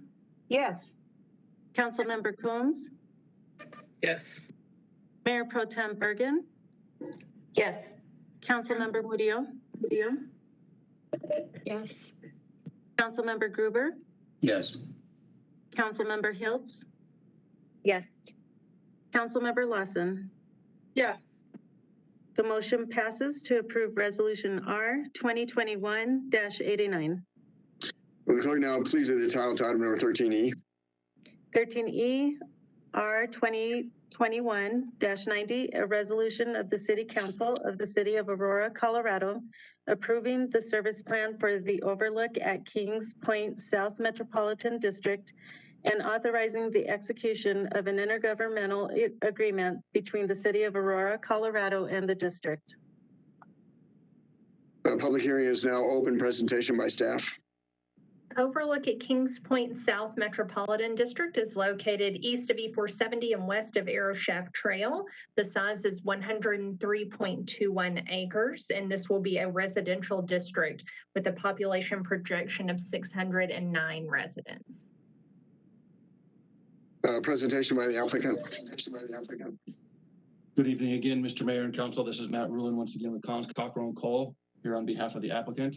The service plan, as with the previous hearings, is consistent with the city's model. There have been no objections, and we're available for any questions. Does anyone from the public wish to be heard? Mayor, there is no one from the public wishing to be heard. Are there any council members that have questions of staff or the applicant? Seeing none, public hearing is now closed. Motion. Mayor, Mayor Pro Tem. motion to approve 13E.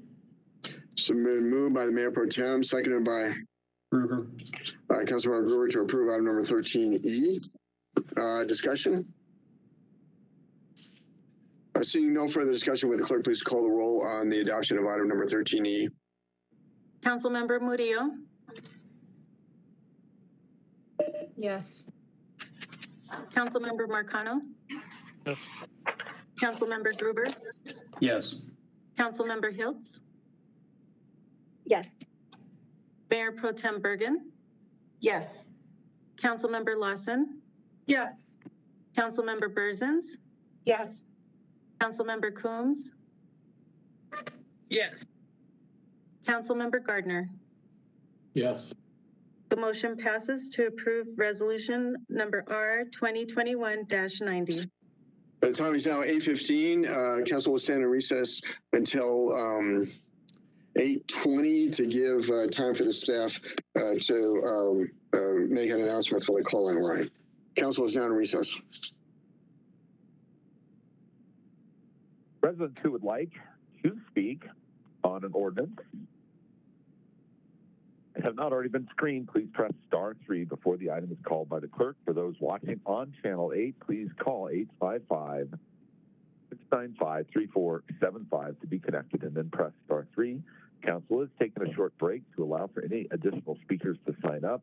If you've already pressed 3 and been screened, you do not need to press *3 again. Please be patient and stay on the line until the operator is able to take down your information. As long as you hear a prompt after pressing *3, you are in line to speak to an operator. Thank you.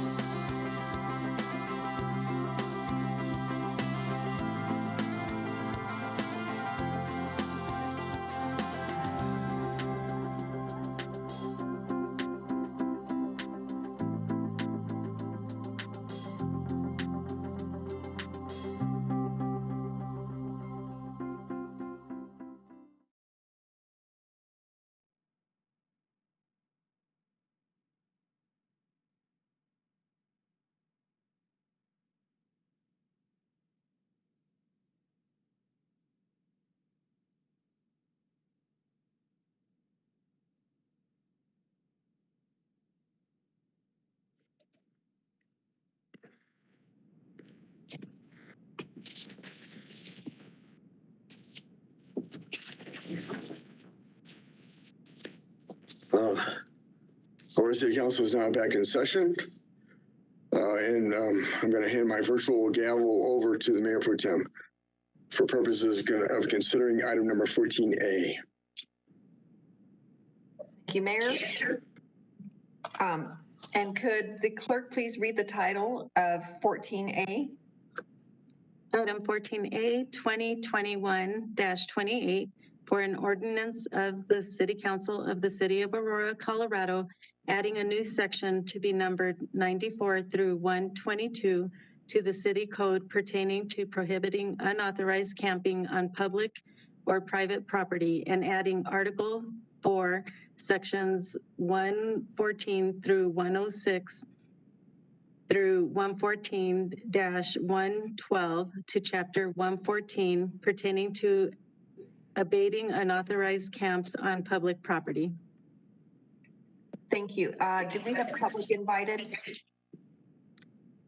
Mayor Pro Tem Bergen, yes, we do have members of the public. Okay, so we do that first before we do presentation. Okay. Roger. All right, Susan Kovacek, you are first. You have 3 minutes. Go ahead.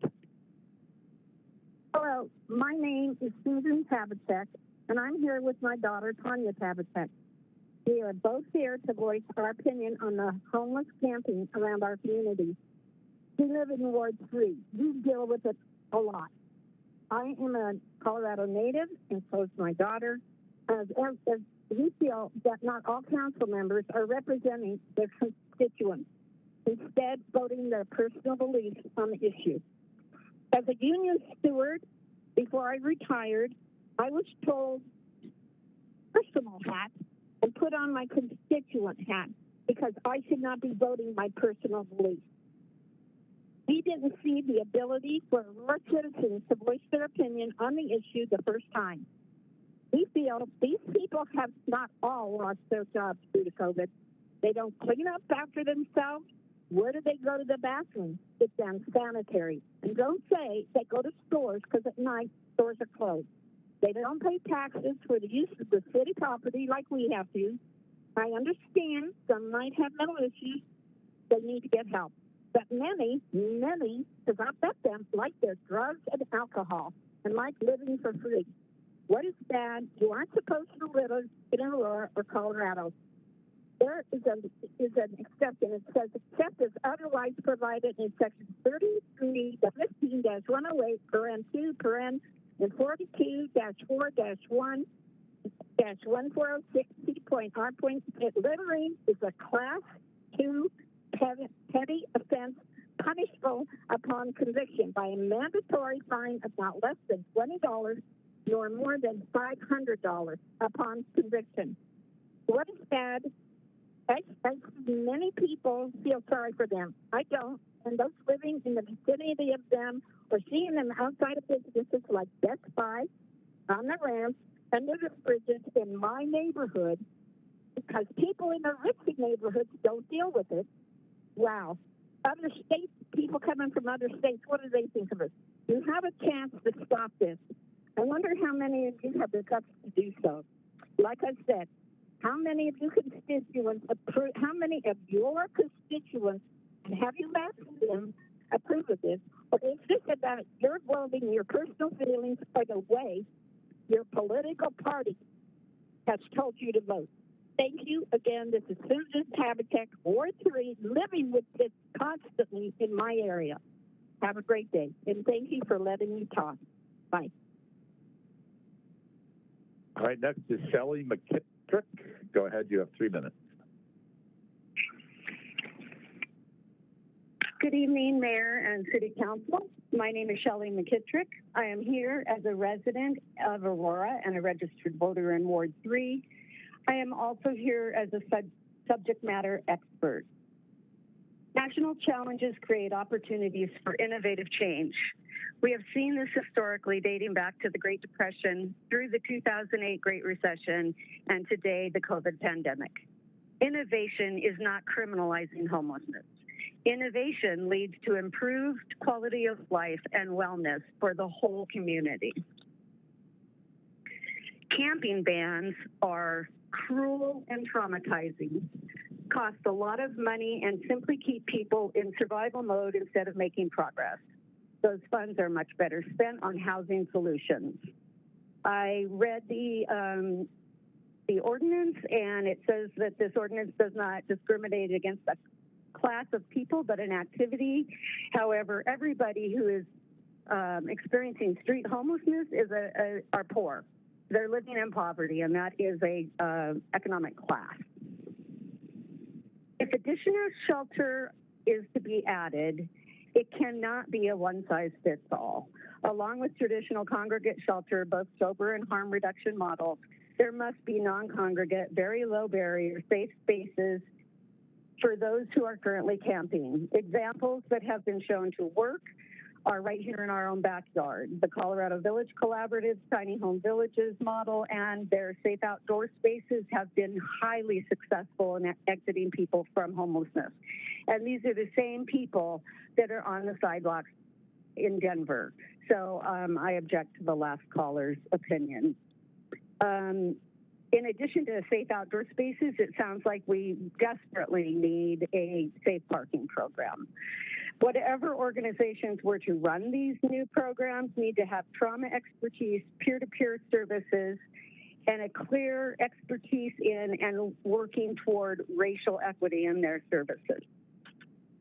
Does Aurora really want to emulate Denver with the sweeper in chief ruining people's chances of healing?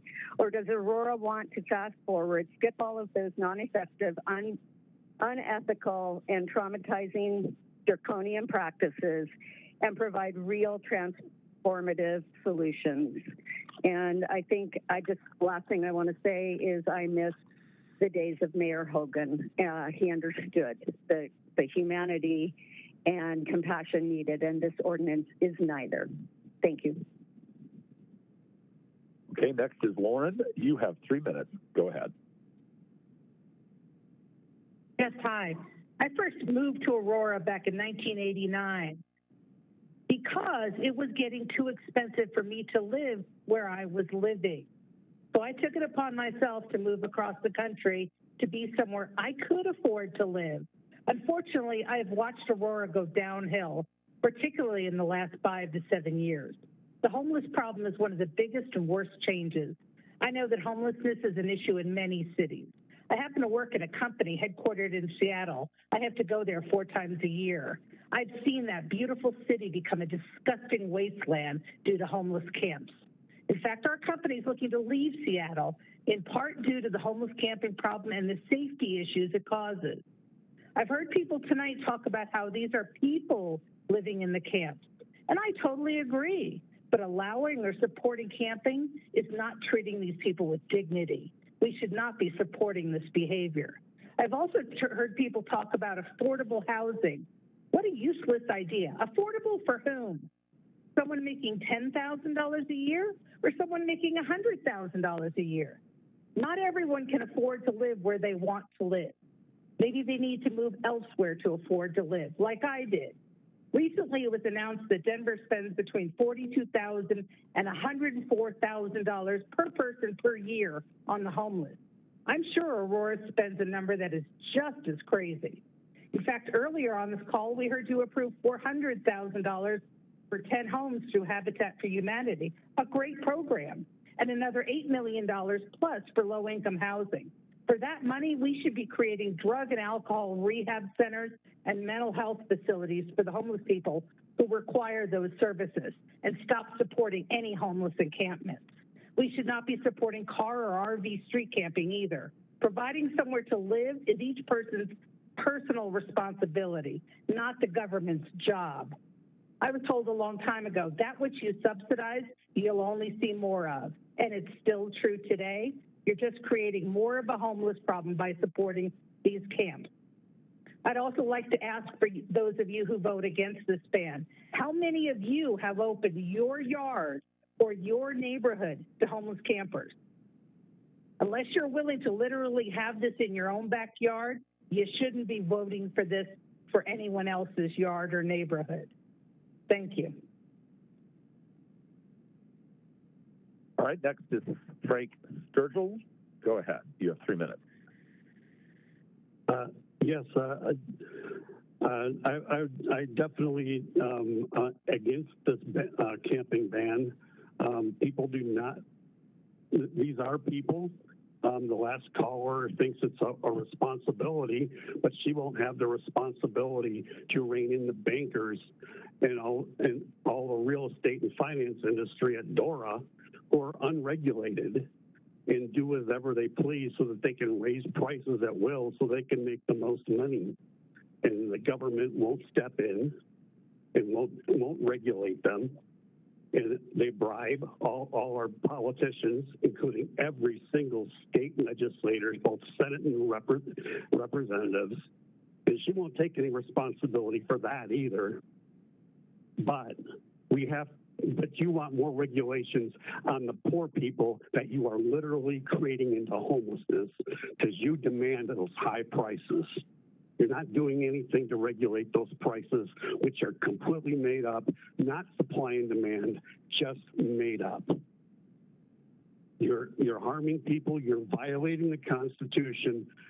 There's no reason to continue to do this. It's not working in Denver, so why are you bringing it up now?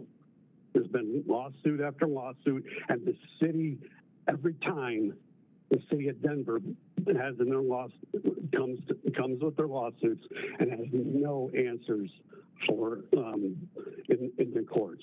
And you're not going to have any when you get to court either. Thank you very much. All right, thank you.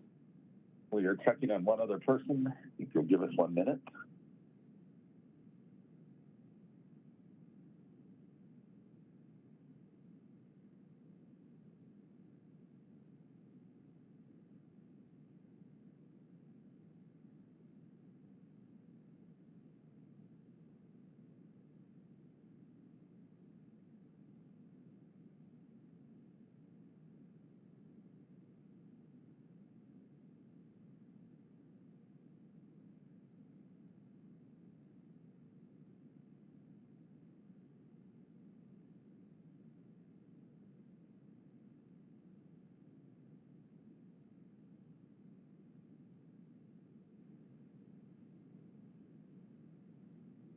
Okay, that concludes the new speakers for 14A.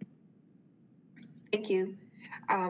So next would be presentation by the sponsor. Thank you, Mayor Pro Tem. This policy that we're going to be voting on tonight is both fair to our homeowners in this city, whose greatest investment is the home that they buy, and it's compassionate to those who are living in the encampments. First of all, the current policy simply relies on code enforcement as a tool to abate some of these encampments so that they have to rise to a level of being a threat to public health or public safety before they can be abated, and that's a decision that staff makes. There is no requirement in the current policy to provide an alternate location designated area for them to go to. The new policy is very straightforward, much more so than Denver's ordinance, because it simply states that unauthorized camping on public or private land is unauthorized. It's illegal. And it requires a 72-hour notice by the city before an encampment can be abated. And it requires us to provide an alternate location for them to go to.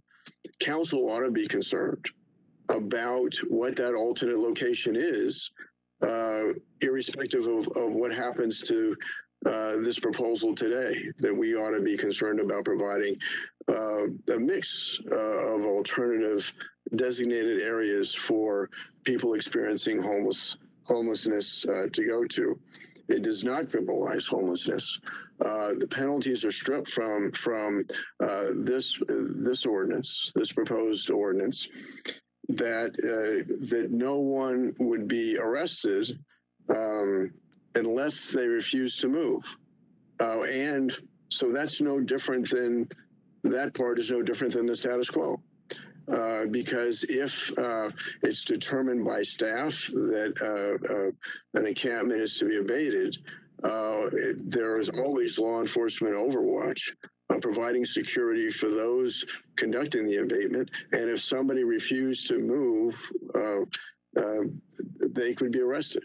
That's under the current policy. This is no different. Again, I think it requires an alternative location where our current policy does not. I think what we should be concerned about not doing is enabling destructive behavior. And by supporting the status quo, I believe that is what we're doing. And I would ask for an aye vote, a yes vote on this proposed ordinance. With that, Mayor Pro Tem, I yield back. More questions?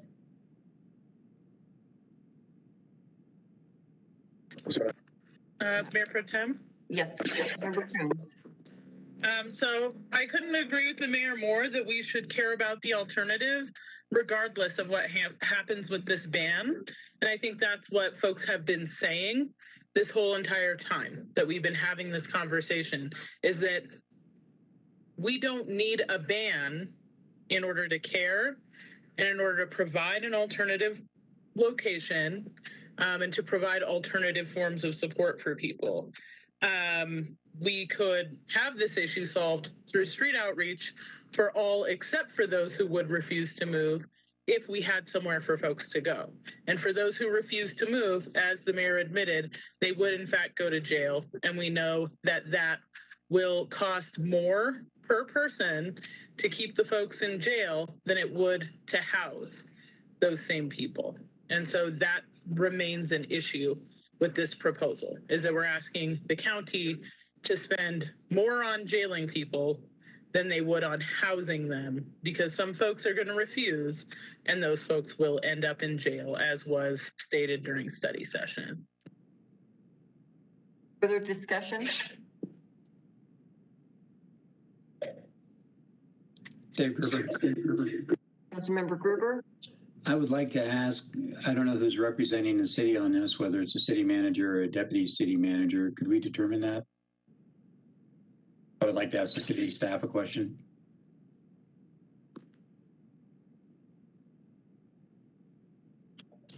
Councilmember Gruber, myself, Jessica Prosser, and Larry Dalton are happy to take any questions.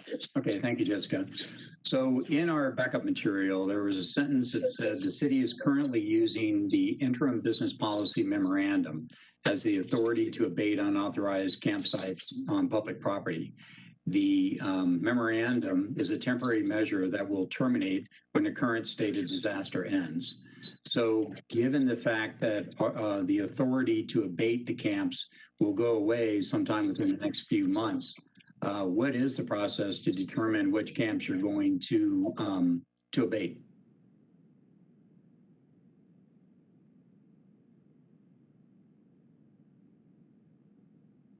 Tim Joyce, would you be willing to weigh in on this? I know we've had this conversation at the staff level.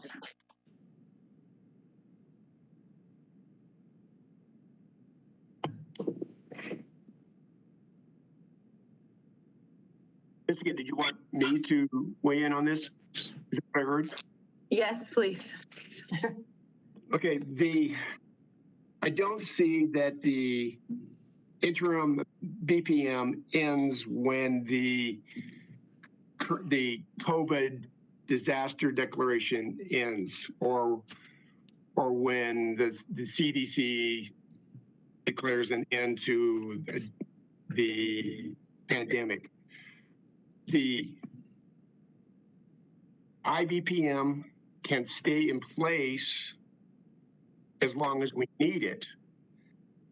The IBPM is couched in terms of we need to keep the people in camps to avoid the spread of COVID. But the policy still allows us to abate camps under certain conditions, like when there's a public health emergency issue or a criminal issue. So okay, if I could follow up on that, then the issue is still, I mean, the title is interim. By definition, it is interim, and at some point it will end. Without a legal ordinance or an ordinance defining the law from council, when the interim goes away, will the city have any authority to abate the camps that are springing up through many of the wards? That's a very difficult question to answer. Okay, I think you just answered it. And the fact of it is that what this ordinance will do is it will create the law that will give the city the authority to close the camps.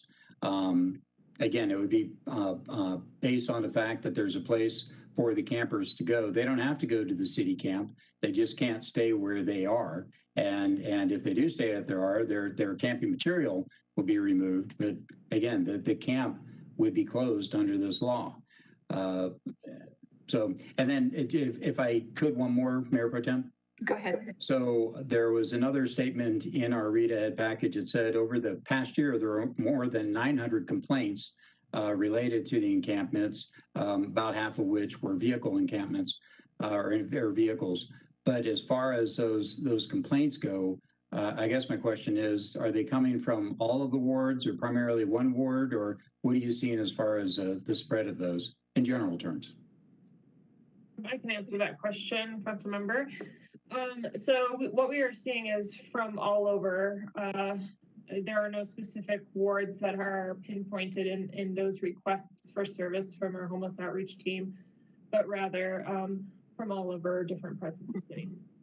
So again, I guess I would conclude with the statement then that first off, the city lacks the authority given by a city ordinance to take actions on these. Second, we're receiving many hundreds of calls from throughout the city to deal with this. I think that the mayor's plan to have a place for them to go, a humane place for them to go that would provide sewage, water, and wraparound services is the right statement. In other words, there has to be a place like that before the ordinance would be applied to anyone.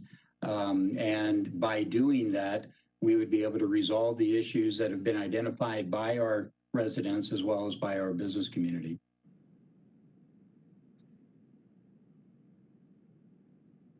Okay. Did you need a response, Councilmember Gruber? I do not. Okay, thank you. Other comments, discussion, questions? Mayor Pro Tem. Yes, Councilmember Marcano. Thank you, ma'am. So I just want to start by clarifying that we do not actually need an ordinance for the city to abate camps that are hazards to health and safety. The city, as long as I have lived here, has been abating camps based off of council requests. I know that shortly after getting sworn in, I had to deal with several camps off of Mississippi and 225, the Jewel Wetlands, I-225 in Iliff, and I-225 in Parker. This was before COVID.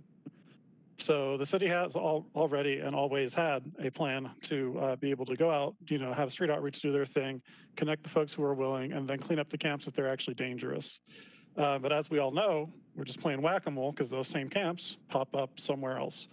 So the ordinance, as the mayor said, by and large preserves the status quo, but just speeds up the game of whack-a-mole, which is not a solution. And I just want to apologize to everybody who's listening because I think y'all have been sold a bill of goods. This isn't going to change anything. If we pass this today, you're still going to see homeless camps. They're still going to pop up. They might get abated after we, up our staff, I guess is what we'd have to do.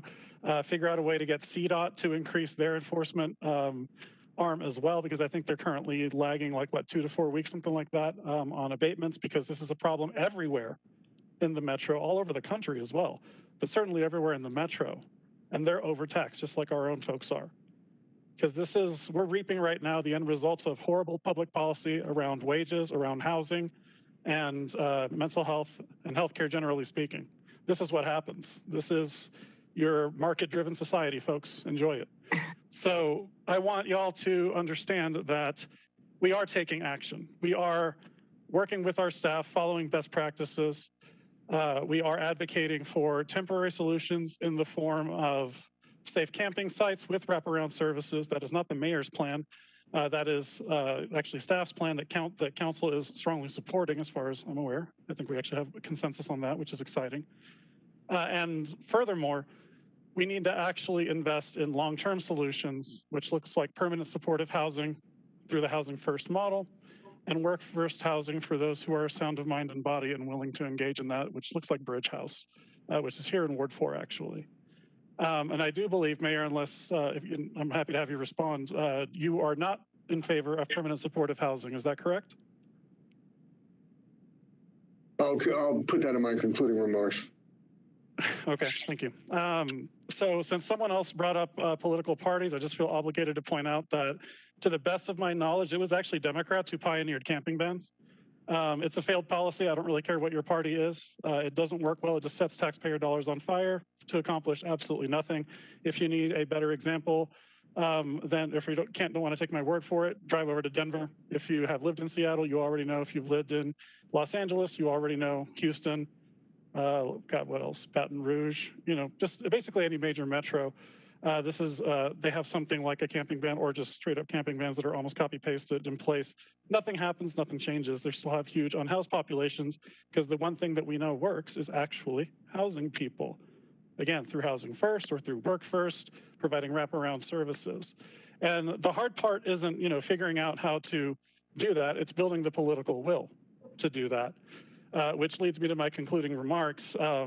We all have access to the same information. We all live in the same area. We all know what has worked for us and what has not. And the reason the mayor's bringing this camping ban forward, he's already admitted it on right-wing radio, is because it's a political ploy, because he wants a conservative majority in a liberal city. And he's trying to make sure that he riles folks up with these strong and wrong solutions, if you want to call them that, that will absolutely not change anything if they're implemented. Again, Denver, closest example, just go drive around, see how well that's worked out for them. So I'm asking y'all to vote no on this and instead support permanent supportive housing, Housing First programming, Work First programming. We know that works. We know how many unhoused folks we have in Aurora. We know how many unhoused folks are in the metro. We need to put pressure on our neighboring cities, on our counties, to make the same investments that I'm hoping we will make so that we can actually address this issue at the scale and with the commitment it deserves. We can't actually get ahead of this problem and solve it, but this is actually going to make it even harder to do that by setting taxpayer dollars on fire, by burdening our staff further, by wasting police time for Overwatch, and by re-traumatizing the community and making it harder to actually reach out to them, harder for those folks to actually trust us when we're trying to get them off the streets, which I think is a goal that we all share. So with that, vote no. Thank you. Other comments or questions? Mayor Pro Tem. Yes, Councilmember Brennan. Sorry, force of habit. Thank you. I think we've spent many meetings addressing the clear political ploy here. And want to reiterate some of the comments that I've made in the past. I don't support camping bans because they are ineffective. Our neighbors in Denver have a camping ban. Have you been there lately? I see tent cities left and right. I'm sorry if you do not accept that factually that does not work and that there's a clear example next door, then I don't know what else to say. I think that is the proof is right there. But the proof is also in working with subject matter experts who know that this is not how we treat people and this is not how we get people into the proper services that they need to be successful in life. I trust that we listen to these experts, subject matter experts, to do what they know best. So, for many reasons, I don't support a camping ban. Those are some of the few. When we want to be good stewards of taxpayer dollars, it is much more effective to actually build housing and creative housing options for people to choose their personal choice about what's best for them. How are they going to get out of the situation that they are? We need to provide pathways so that people can be making that decision, and we're empowering them to do so. Some of the comments that I've heard that I think are really important is we have seen an increase in the number of reports. In fact, it's almost 3 times the amount as it was last year. And it concerns me greatly. I do not support, unhealthy and unsafe environments for people. I'm hoping everyone here agrees to that. And when I think of, when I pause and think, besides my own philosophical and moral inclination, I also have to think of, are we actually trying to solve the problem, or are we just are we just saying things that sound nice? Because to me, a camping ban feels like a false promise. A camping ban doesn't mean that there won't be other camps that come up. It's going to create the false expectation that we can just sweep people away and then be done with it, and that the problem won't come back. The fact of the matter is that COVID has made this worse. COVID has made this situation so much so that the volume, our staff can't even keep up with the volume. And instead of focusing on this politically charged conversation, I wonder why we didn't ask ourselves, do we even have the capacity, internally from a staff perspective to address this? I've had conversations with our staff, and in fact, we don't. And I think a solution moving forward, as opposed to this camping ban, is actually addressing the deficit in our staff capacity so that we're actually moving things forward and using professionals to do this work. I'd like to see that we have somebody who is equipped to address 900 requests in 6 months, maybe 900 more in 6 more months. Can we have an additional staff member to be able to handle that? Can we have budget to properly abate properties when there is a safety and health consideration to abate a property?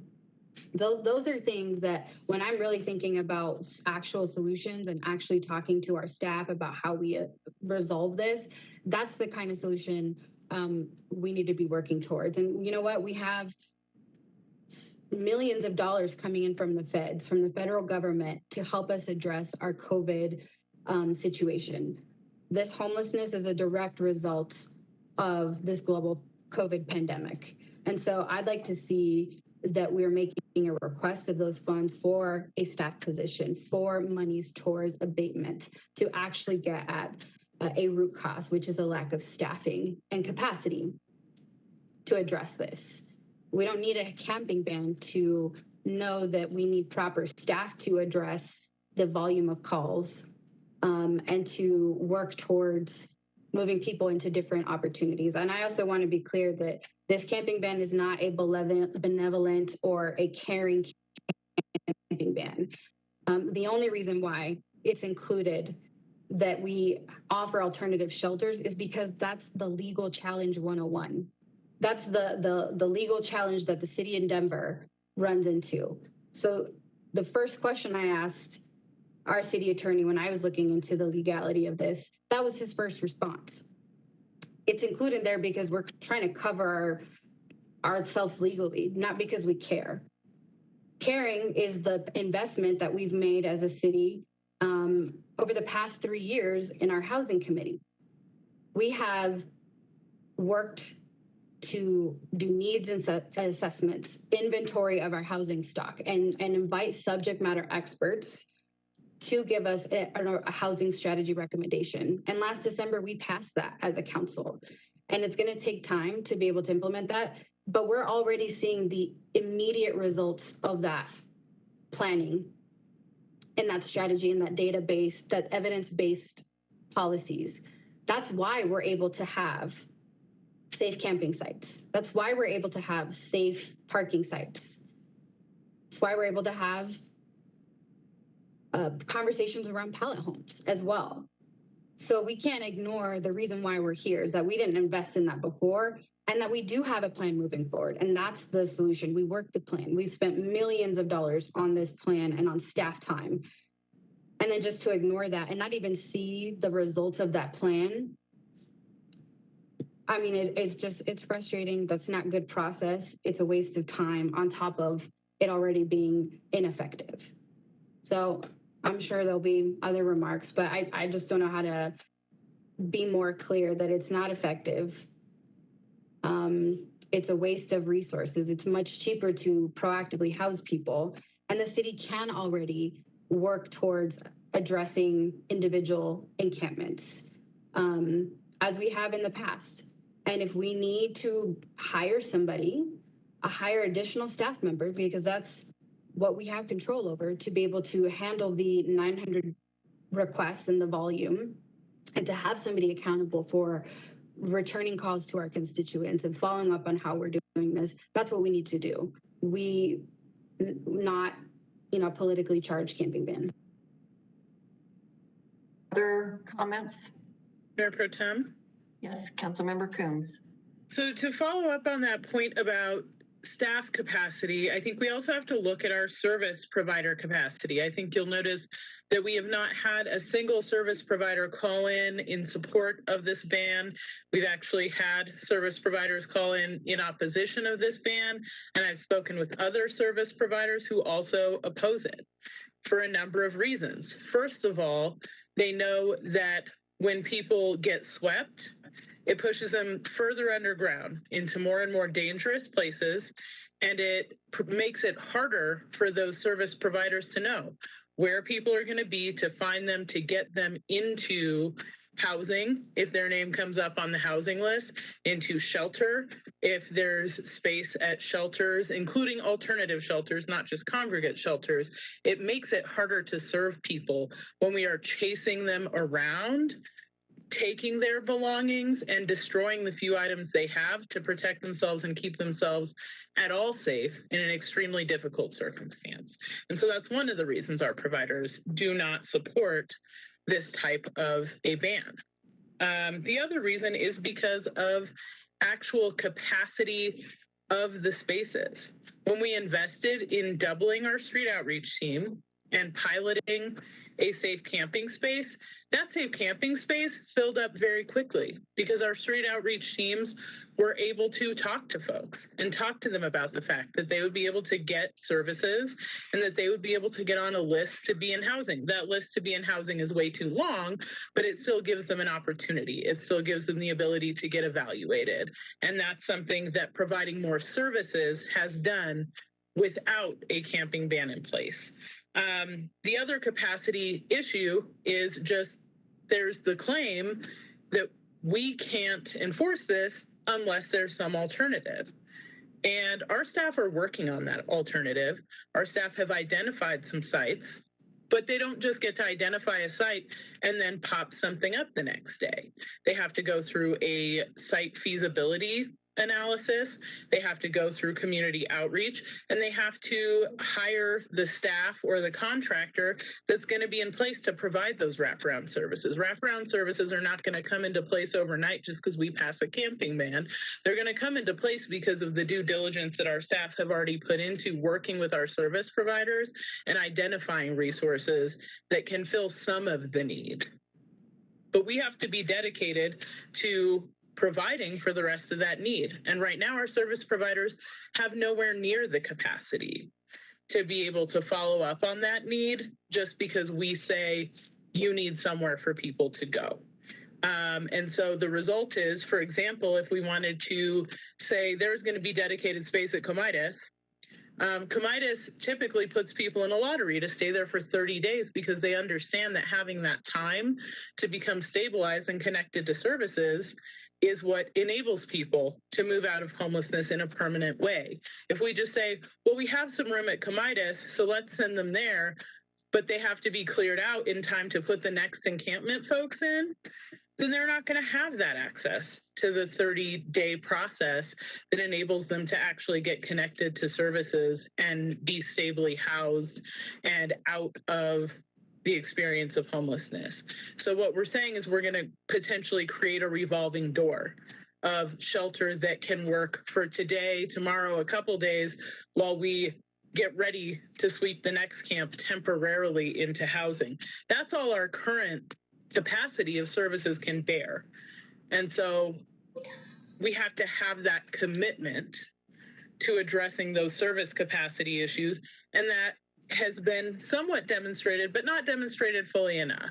So we're saying that we're going to do something, but what we need to do takes more time than just between now and the election, which is the time frame in which folks want to get this done so they can say they did something or point the finger and say we couldn't do something because these other people didn't want to do it.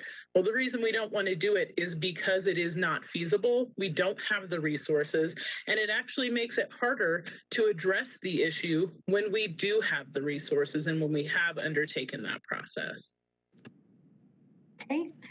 Further discussion, Curtis, or sorry, Councilmember Gardner? Thank you. So what we're seeing here tonight is a master class in building a straw man argument.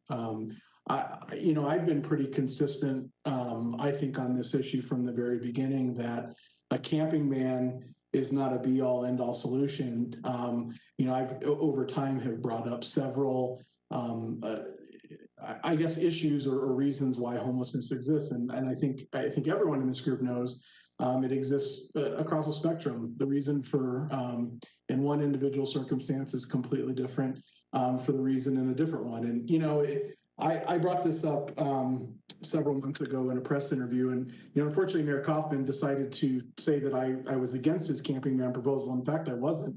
But what I really was bringing up these reasons that homelessness exists. It's substance abuse, it's veterans issues and PTSD, it's economic distress. You can go on and on and on. There's a variety of reasons. And so any council member who thinks that they have the silver bullet, if only we do this, it will solve the problem, is incorrect. And I would say the same about the camping ban. I think this is another tool in our tool belt to address this issue. I think we've heard tonight that it sounds like almost every council member has been involved in an abatement, and yet several of them are going to vote against establishing what we have in policy in an ordinance. But again, I think this is a tool that we can use to continue to address this issue. I think anyone who's taken the time to investigate in the community have seen horrific things that I don't think we should continue to allow to happen. Whether that's piles of hypodermic needles, human feces, propane tanks spread along highway underpasses that cause a significant concern for traffic if those were to explode, booby traps that have injured first responders. I could go on, and I don't know why we would allow that to continue to be an option. Will it solve the problem forever? Of course not. We are going to need more services. We're going to continue to need to put resources into addressing things like substance abuse, things like PTSD, economic distress. In fact, the city of Aurora spends almost $8 million per year, and that's an increasing number on homelessness services. And I believe the number that I just recently saw was nearly $500 million. $500 million is spent metro area wide on homelessness services. And so I think it's important to point out that this isn't a final solution. And anybody that's telling you that, well, they're only voting for this because they think it's going to solve the problem, but we know it's not, that's incorrect. I think there's an acknowledgement from everyone that we're going to need to continue to put work to ensure that everyone who lives in our city has an opportunity to thrive. And I'm going to jump in. Are you finished, Councilmember Gardner? I am. Okay, thank you. I'm going to jump in real quick because we've had a lot of discussion. This is about trying to take care of the complaints that we are getting from the businesses, from the residents, and we do have to take care of all of our citizens. Obviously, we want to help those experiencing homelessness, but we have an obligation and a responsibility also to homeowners and those that are running businesses and that their businesses are not able to operate, because someone is possibly sleeping in front of their doorway. I think, there's been talk about permanent housing, and Hickenlooper had that road, I think it was called the Road Home program, that he was going to end homelessness in 10 years and spent a colossal amount of money And it obviously it did not work. There's still a huge homeless problem in Denver. And I see this ordinance as a way to finally maybe acknowledge that there's this issue and move forward towards solutions. The ordinance does require that we have an alternative solution, that we don't just move people from without being able to put them somewhere else. So I think this helps to possibly guide us towards better policy to solve the problem. And I know that our staff that works on the homelessness issues do a great job. Our Day Resource Center does a great job. And the key issue is how to improve people's lives. It's not putting them in a house. That's not going to solve their problem. If they're a drug addict, they need drug rehabilitation. If they have mental illness, they need to get help for their mental illness. And sticking someone into a home doesn't solve that. And I think that's been, there's been studies done by Heritage organization that show that actually long-term results are not found to be successful in some of those other programs. So I think what we need to do is make sure that we're taking care of those citizens that have these complaints, but at the same time move forward with looking for solutions. And I think looking for solutions that are actually going to improve someone's life. Other comments? Mayor Pro Tem? Yes, Councilmember Lawson. Thank you for allowing me to speak. So you said something, and I want to bring this up. Alternative spaces, alternative places, which is in the ordinance. But right now, we only have one alternative place that's a pilot. So where are people going to go? I mean, if you move people, okay, and I understand because I get the complaints, and when people say, "Oh, you don't live in a neighborhood," we're surrounded by these camps. I live over by 225, surrounded. They've even come into the back of a school where I live. So to say that I'm not impacted, I am. But what I'm saying is, the mayor has on here, if this passes or if this is approved, you have alternative sites. We only have one. So you move somebody. You're going to move these people. Where are they going to go? Okay, they're going to go from one place to another. If you walk in downtown Denver, which my parents were down there with me last week, they're everywhere. They're on Grant Street, Sherman Street. You go down, Lincoln, Broadway. They move them, they go to place else. And then they're not only in bigger camps, they're in like little pockets everywhere. It's not doing anything. They move them, they go someplace else. They move them, they go someplace. And Denver has a few more resources than what we do. They have some shelters and things like that, but people are not going to those places. And they probably don't even have enough room. Then you have to look jurisdictionally. I mean, Mayor Pro Tem, you told me last week that they brought in a busload of people and just dropped them in Aurora. That's an issue. We don't have a place. So where are people going to go? And I see people think that this is a tool, but at this point in time, we don't even have a place for people to go. So where do you think people are going to go? We move them out. Okay, we might not have any place at Comidas. We don't have any place anywhere else that we have. Then they're going to go to another neighborhood, or they're going to surround another area. The 225 issue, I know many of us got calls on that. I did too. And I mean, we have to deal with CDOT. That's state. That's CDOT and state over there by the park, by the Cherry Creek Park area. That's the state. And if you put this in place, there's people still going to complain, because those camps are still going to be there, because we still have to have those partnerships with those particular organizations. And it's still going to be complaints. And underneath the underpasses where people are, that's where we've been seeing a lot of the camps as well, not only just in the neighborhoods and surrounding areas. So my question is, I just being in Denver and just kind of seeing what's going on there and just walking. I mean, walk, not drive, but get out and walk and actually see what's going on and where people are at, and how these camps, how when they move them, and I've seen a sweep, they move them and they go someplace else, and they go here and they go in front of people who pay thousands of dollars for their high-rise neighborhoods, and they're sitting right in front of their neighborhoods, right in front of their high-rises. And they have no place to put them.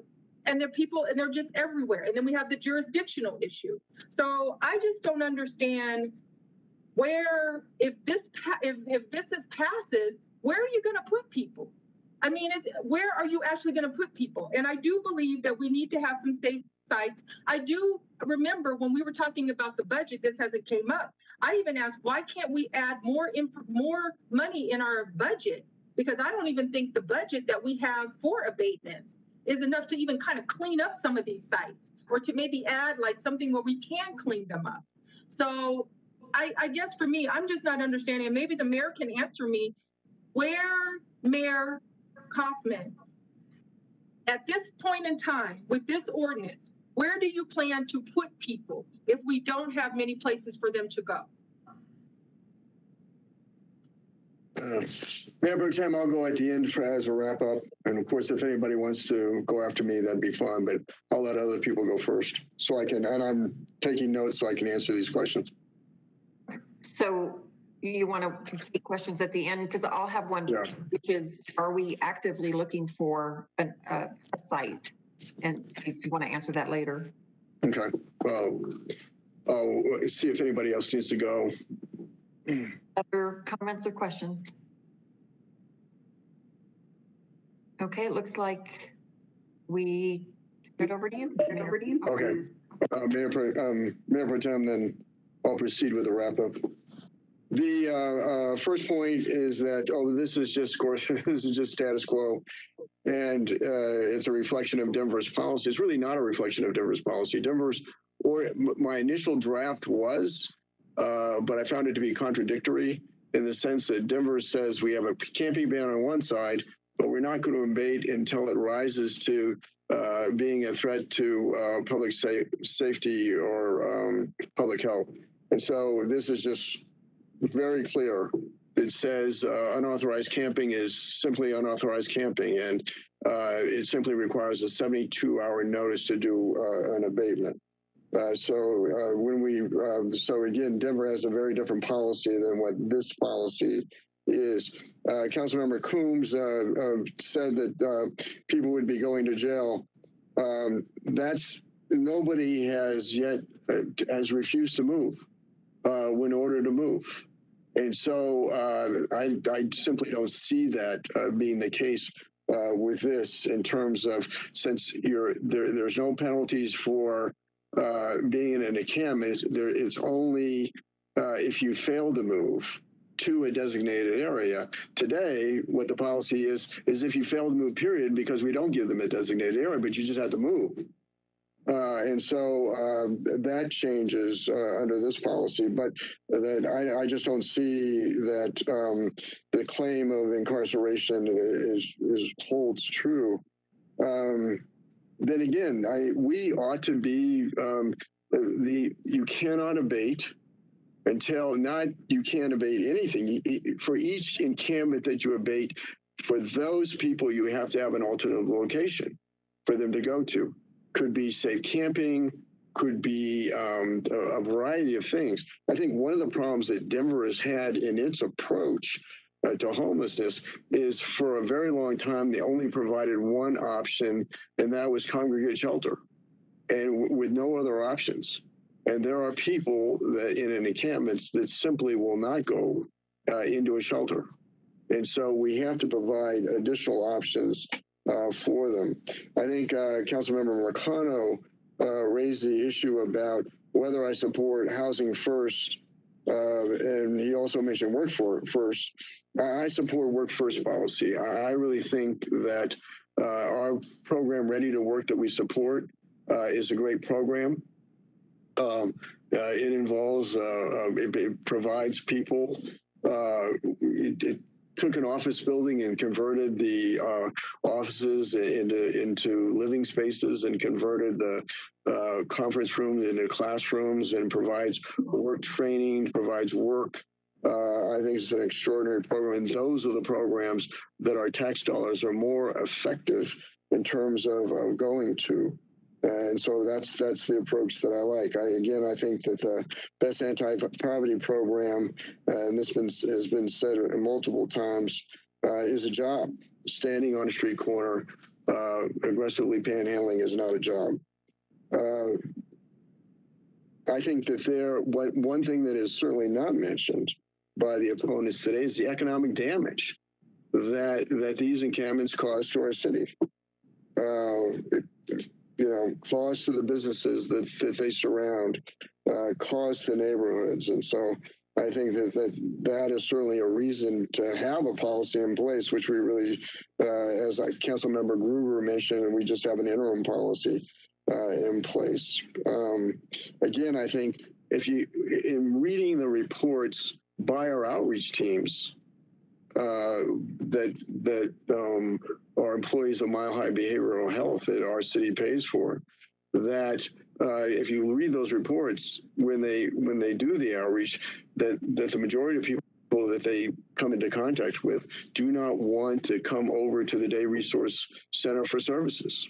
They just want to be left alone, but that in fact is enabling their behavior. The Councilmember Lawson mentioned, I think, about Denver, and I think I've talked about that. She also mentioned CDOT in a partnership.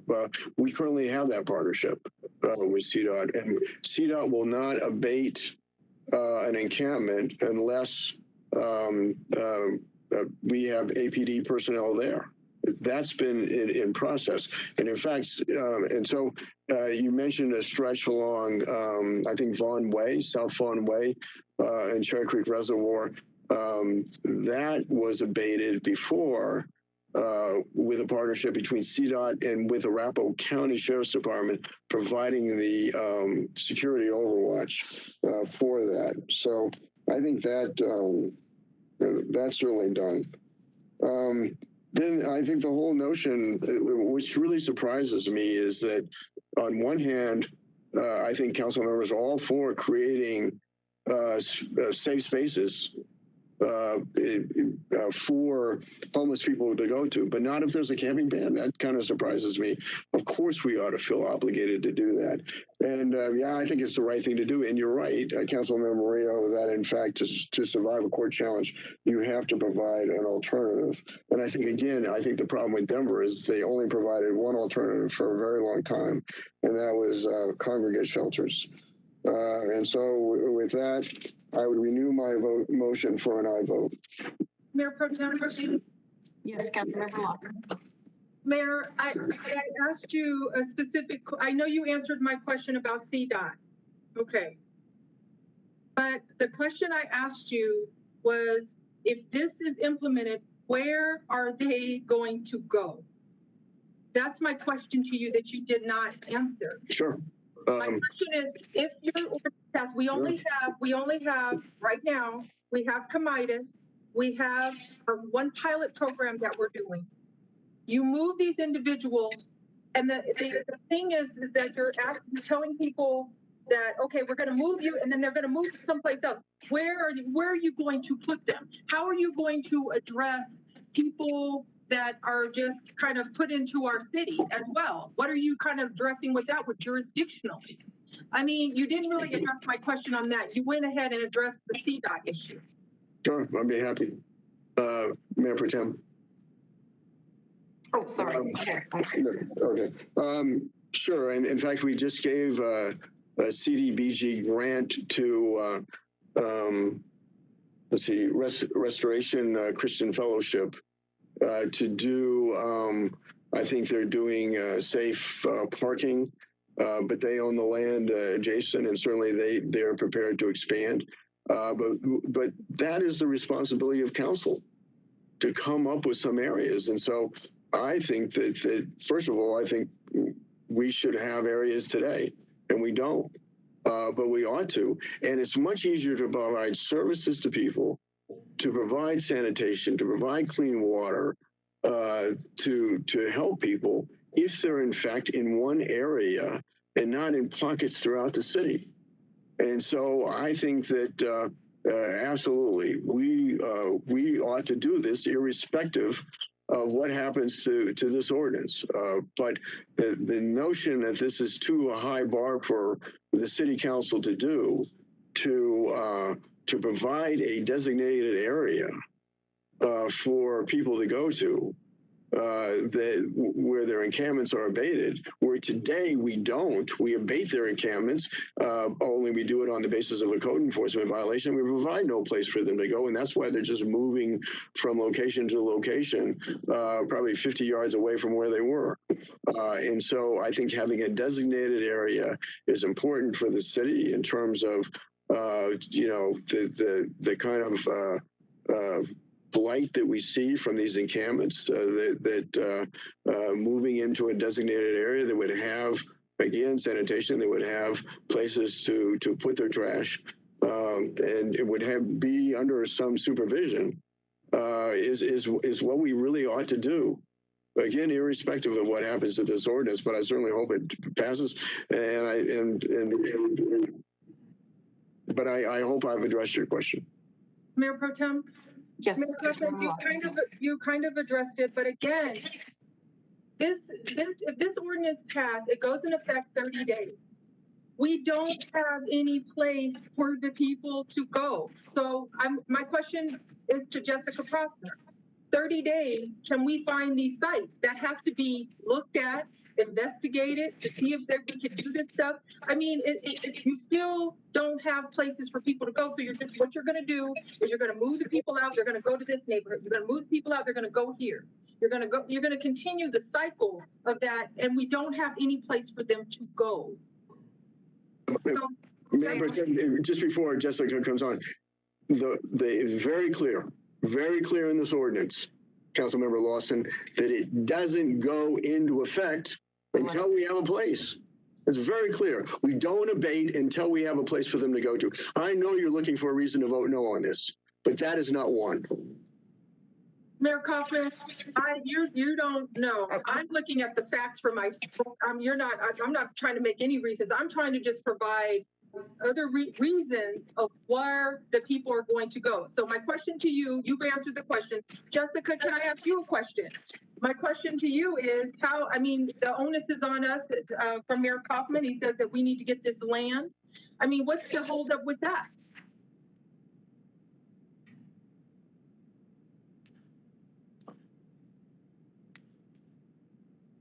I can speak to that. Councilmember Lawson, this is Lana Dalton, the Homelessness Programs Manager. We are currently looking at the land opportunities that we have available to us throughout the city, and they are limited based upon the amount of land that we would need to utilize in order to put some of these sites up. We also need funding associated with those wraparound services, in which we don't have currently. If something moves forward with our American Rescue Act dollars, we're more than willing to put something into place, but the funding is definitely an issue as far as that's concerned at this point in time as well. I have a question. Do we have Deputy Manager Roberto Venegas on the line, or Jason Batchelor? I'm on the line. This is Roberto Venegas. Oh, thank you. Have we looked at that, where we had I don't know what it was called. It was the warehouse that we used for the cold activation in the winter for 9 months, I believe. Mm-hmm. I know we ended that lease. Is there land attached to that? Land attached to I'm not understanding the question. Are we? Yeah, to where the warehouse was. I mean, there was a parking lot, if I remember correctly. Yeah, I think that was all part of one property and one landowner that we used the entire property, the yard, but it was all associated with the same lease, was my understanding. Okay, so is that not an option for us? I don't know. I would have to check with Jessica and Lana on that. I don't think it was. I think we ended that agreement. I'm not sure if we could re-engage them. I think we could certainly explore that, but at this point, I think we were looking at other potential options for safe outdoor spaces and other sites. Okay. Councilmember Bergen, or Mayor Pro Tem, that is being used for other purposes now. Oh, okay. For me, I think this is a start. This is, it's one way to take care of, I mean, I understand what Councilmember Lawson is saying in terms of where do they go, but I think this might be the impetus to get us moving in that direction to do something and to look at alternative sites because as the ordinance says, they can't be abated unless there is an alternative for them. So to me, this is just a starting point. Other questions, discussion before we vote? Mayor Pro Tem. Councilmember Coombs and then Councilmember Mercado. Yeah, so I just wanted to address the mayor's statement about the reading the street outreach notes. It's not that the majority of people don't want resources. They don't want to go to the day resource center. That's a space to go during the day because they don't want to leave their stuff unattended, but they all, not all, but many people express an interest in receiving case management, in receiving housing services, in having access to alternative camping, but most recently they were told they couldn't because it was full. So yes, we should have additional alternative camping sites, but as staff just noted, they're in the process of identifying those sites and the amount of sites that we have available are limited and take time to stand up and take money to stand up. The council has not yet committed. So we're saying we're going to fix this problem, but we're not going to commit the money first. We're just going to put into place the ordinance that penalizes people, and ordinances go into effect 30 days after the publication period. How they get enforced may be a different story, but the ordinance will go into effect 30 days after the publication period. And as I said in the study session, I'm going to get calls at that time when there's still a camp at Cherry Creek Reservoir or Cherry Creek State Park, and still a camp over by the Cherry Creek Spillway, and still a camp over by Cimarron Elementary or Sagebrush Elementary or anywhere else that those camps are. I'm still going to get those calls because we're not going to have the site stood up 30 days from when this is published because we have to pass the funding, we have to find the contractor, we have to have done the site assessment and outreach. That's literally what staff just presented to us in the Horns Committee last Thursday, which I strongly recommend folks come to because we get updates on these issues all the time. And y'all are not speaking from knowledge of those issues because you don't attend those meetings.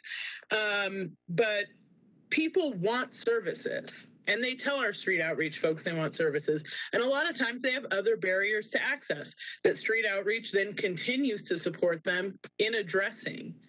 This isn't an issue that a camping ban just fixes. And a camping ban, if it's a tool, it's a blunt instrument. It's an instrument that's been demonstrated to cause harm, an instrument that's been demonstrated to result in trauma, an instrument that's been demonstrated to make it harder for people because they lose access to the few resources that they have.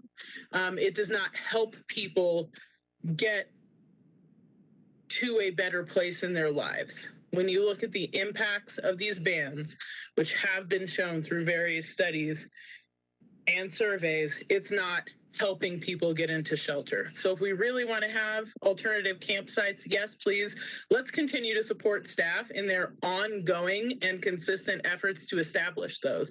But let's not pretend that this blunt instrument is the best way to get there. Okay, Councilmember Mercado. Thank you so much, Mayor Pro Tem. Councilmember Coombs, kudos, well said. You stole a lot of what I wanted to say there. So I'll just add that one of the other things that I don't think we've addressed yet is that this ordinance strips our staff and the specialists that they work with of the autonomy that they need to serve our community, because you prescribe a 72-hour window, which we are currently not staffed, as Councilmember Murillo and others have said, enough to even get close to being able to enforce. And I also wanted to bring up that the camp along the Vaughn Road and Dam Road is back. I actually just put in a council request on that. I want to say, like, was it Friday?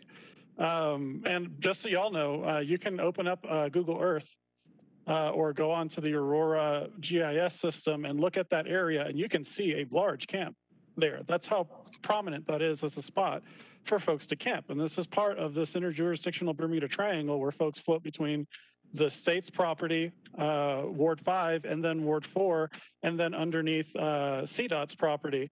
on in I-225. And this is an area that takes a while to abate, and folks just keep floating around. Like I said, we're just playing whack-a-mole. This isn't a solution. So, I also wanted to address the mayor, his response. I do appreciate that. But you didn't answer the full question. I'm glad you support Work First. I do too. But I would hope that you acknowledge that that's not for everybody, because you have to be, again, able-bodied, sound of mind, and willing to be sober and basically live under pretty strict supervision. And those are high barriers for some people. I think the folks who we represent, who we serve, they drink alcohol. Some of them use marijuana or other substances. And it's dehumanizing and humiliating to impose those kinds of things on folks. Those are all barriers to access. You also can't bring your family with you for a bridge house. You can't bring your pets with you for bridge house. And a lot of the folks who are living out of their cars or even under our underpasses or in the wetlands or wherever they may wind up tonight, they have all of these things. So we need to ensure that we implement housing first solutions as well, with lower barriers, with wraparound services, so that we can get those folks connected to services and off of our streets as well. I'm hearing that that's a goal that we all share, getting folks off of our streets. But I need to hear from you, Mayor, that you actually understand that these other models of housing have merit and serve a purpose. I have a question for Jessica. Are you there, Jessica? Okay, I hear the number of homeless is like 450 in Aurora, or somewhere around that number. Do we know out of the 100, I mean, because if we counted 450, do we know how many have a drug problem? How many are, just in transition that we can move into some kind of housing? And how many are the mental illness? Do we have those stats? So Mayor Pro Tem Bergen, we do put people into a system called HMIS and do an assessment with them if they're coming in for services. And often people will self-select with, the reason for their experiencing homelessness. So our service providers have that information. We do get, reports to that. I think if the question is more around readiness to be housed, right. That's a little bit different question. And I think, we just received a report from our current safe outdoor space. It's being operated with the Salvation Army, and they're doing an excellent job and seeing some great results. And so people come into homelessness with, for many different reasons. And I think the readiness to be housed is usually there, especially if we can get them into something like a safe outdoor space where they have that case management and kind of 24/7 staff help around them. They're getting medical and all different things happening at that site right now. But there is some information that could be provided in aggregate regarding what you're asking. I guess I'm just thinking it would help us in terms of decision-making to have that information. I know when I talked to Bob Dorsheimer, they have the outreach vans and so forth, but sometimes he'll say, they'll try to get people to go to the day resource center for counseling and for resources, but some of them refuse. And I guess same thing, I guess I'd want to know, like, what percentage of people just refuse? And maybe that would be helpful to us, but. Other questions, comments before voting? Mayor Pro Tem. Okay, I saw the mayor first. Councilmember McConnell go. Oh, okay. All right, thank you, Mayor, and thank you, Mayor Pro Tem. I just wanted to chime in and let you know that I have two different sources that if you want to see what really leads folks to being, to experiencing homelessness. One is national level data, and then the other one that I have is actually from the Tri-Cities region. That's Englewood, Sheridan, Littleton, so a little closer to home, and I think just about a year old at this point. And just, the top 5 are basically loss of a job, unable to pay rent, change in employment status, unexpected or unaffordable expense, or rent or housing cost increase. Drug and alcohol addiction drops down to 26 and 25% of respondents, self-selecting, as Jessica said, that those were their issues. There's a whole, and basically that's on par with low credit or no credit score. I'm happy to send that to the full council if y'all would like to take a look at that.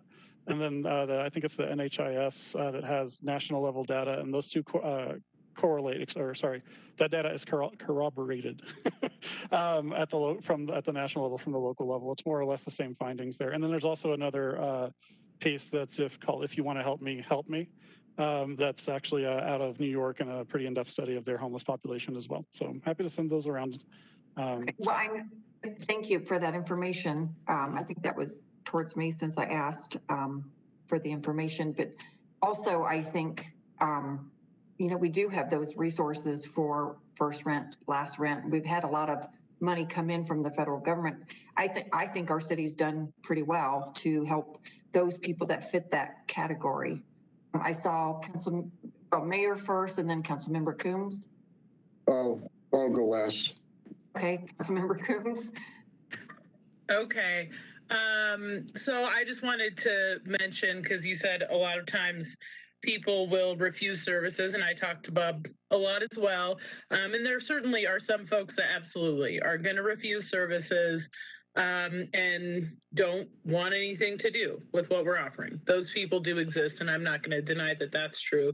But another thing that I've noticed, again, reading the street outreach notes, is that there will be people that they contact once and they're like, no, I don't know, I'm not really interested. And they'll contact them again and they'll start to warm up and be like, maybe I might be interested. And then they'll contact them again and they'll say, hey, yeah, you know what, if that's the way that I'm going to get case management services is to go with you to the Day Resource Center, then sure, I'll come with you. And so it's also a process. It's a process of building trust. And that process of building trust requires for our folks working street outreach to be able to contact people. And so if they think that what's going to happen is that they're going to get swept and their belongings are going to get destroyed and all those sorts of things, then it makes it harder for us to contact them. It makes it harder for us to serve them for that reason, because it sometimes takes a little bit of time and a little bit of trust and confidence building from our street outreach workers to really be able to bring folks along to accepting services who might be resistant at first. But there are some really good success stories of folks that were resistant and ended up receiving services. So I think that's also important to note, is that just because they're refusing services today doesn't mean they're going to continue to do so. All right, Mayor. Thank you, Mayor Pro Tem. I want to talk about enforcement first, because I think that a number of the members who are opposed to this have used enforcement as an excuse, saying, oh, well, we would do everybody at once in 30 days, 30 days when this comes into effect, even though there's language there that says you can't abate unless you have an alternative location where they would go to. And so the excuses are amazing. But there's a concept in law called prosecutorial discretion. And prosecutorial discretion gives law enforcement the ability to prioritize which laws to enforce and who to, what is the more significant problem to enforce. And so it would probably be, until there was capacity, those that were the worst would be abated. And then as capacity expanded, because this ordinance explicitly states that you can't abate unless you have capacity for the people in that particular encampment to go to an alternate location. And so that's just not an issue. In terms of, I've spent time over at the Bridge House or the Ready to Work program, and it's all individuals there without children, and we have other programs for families that Comitas and then Arapahoe County has a program as well in the city of Aurora for families, and that's something that we should be debating, that we should all be for providing permanent supportive housing for families. Let me tell you what I observed. I've done something that I don't think anybody on this council has done, and that you've relied on the so-called experts and the people that make a living, and I'm sure that they're all well-intentioned by the so-called experts by helping these people. I lived among them for a week. I'm probably the only person that slept in a shelter and slept in an encampment. And I can tell you the people in encampments don't go to shelters, and the people in shelters don't stay in encampments. And I found very few people that were willing to access services at all, whether in the shelters or in encampments. And we were offered stuff all the time. And so with that, I would renew my motion We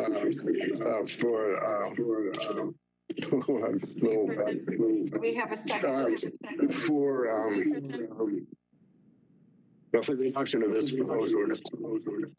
Second. Okay, we have a second from Councilmember Gruber. Discussion? I don't I have lost track. Did we have motions earlier? Because I don't even know. We did. The mayor's just trying to be the last person to speak. Mayor Pro Tem, I'd like to speak. Thank you. Yeah, so pretending to be homeless does not make you homeless. Just because you can pretend to be struggling for 7 days and on day 8, know that you can go in your car, you could drive to your nice home and be totally financially secure with your full-time salary through the city of Aurora, through all of the benefits that you've received as a retired congressman. That is the most insulting demonstration and just lack of, just ignorant thing you could have done. So to pretend that gives you any credibility speaks to the lack of credibility that you have in this area. It just was really disappointing because not only did you not disclose that you were a politician looking to justify a camping ban a few months later on, because that's what that was for, that publicity stunt.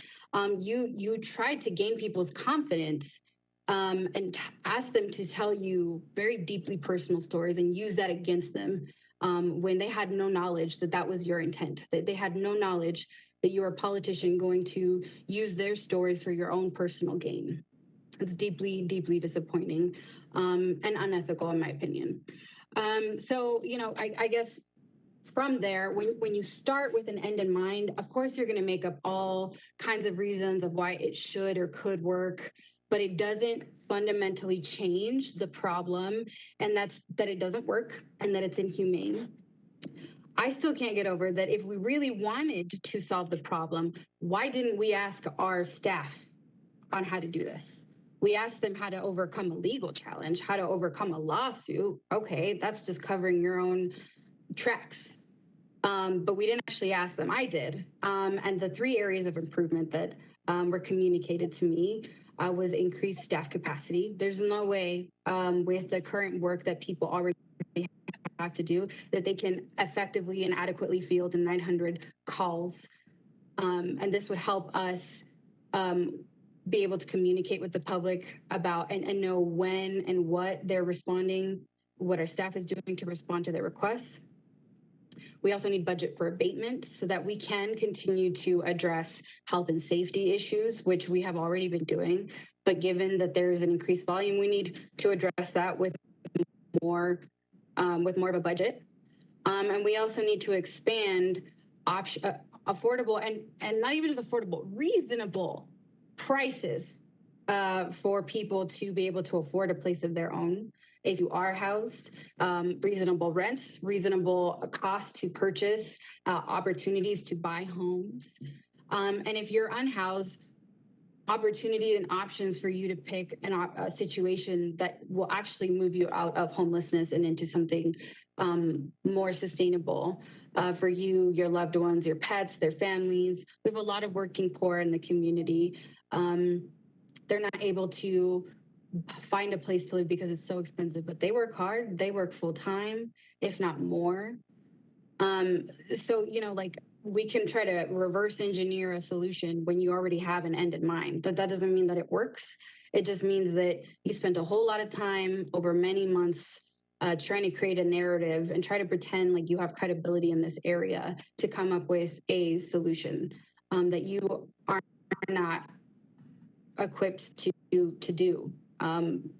You demonstrated as much.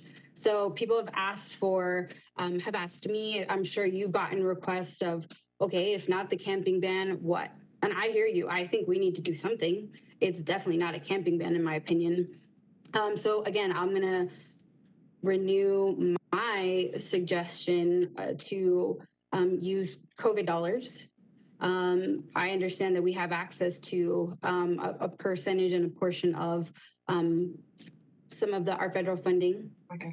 I'd like to see if we can hire a staff member to increase the capacity so that we are addressing the public's concern in a timely manner. They know when and where we're responding. I would also like to see that we have a budget and that it's not specific, it's not coming out of different departments kind of line by line, that we actually have a budget for addressing abatement to address health and safety issues. And that we continue to work our housing strategy, which is going to expand options like the safe camping site, safe parking site, other evidence-based solutions, and the other parts of those plans where we're focusing on land acquisition so that we can incentivize development for folks who are home and who need options for different living situations. So I'm going to defer to the data, the evidence-based recommendations that we've worked on, because we know that that's how we need to move forward. And short term, we do need to address this situation. And I think that increasing staff capacity and a budget to be able to do so will get us there.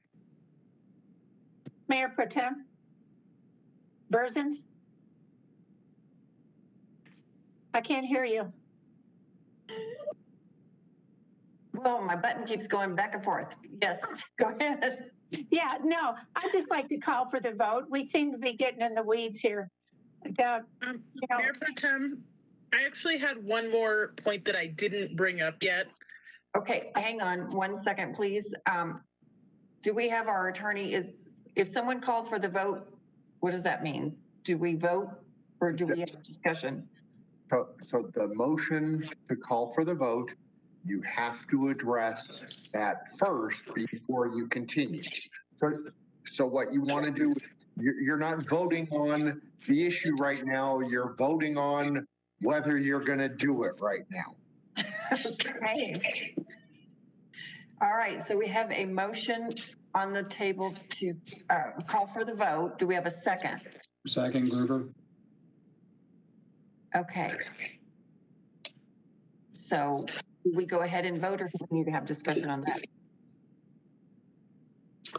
It's a non-debatable motion. Okay. Can our clerk go ahead and call for the Roxman, or city attorney, is that correct that we still get to vote on it, right? It doesn't just end. You get to vote on it, but your council rules actually say it's a non-debatable motion. Right. Right. So we're voting on the call on Councilmember Berzin's motion. Correct. Okay. So can the clerk go ahead and call roll? Mayor Kaufman? Yes. Councilmember Lawson?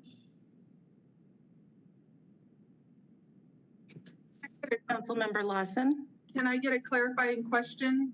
So if Councilmember Coombs to get her comment, am I voting on Councilmember Berzin's motion to move forward? I just want to make sure I'm clear what I'm doing here. Yeah, sure. We're voting on Councilmember. Okay. No, sorry. We're voting on Councilmember Berzin's motion to move forward. Okay. Move forward on the vote. I'm going to be no to hear Councilmember Coombs's comment. Councilmember Hiltz? No. Councilmember Murillo?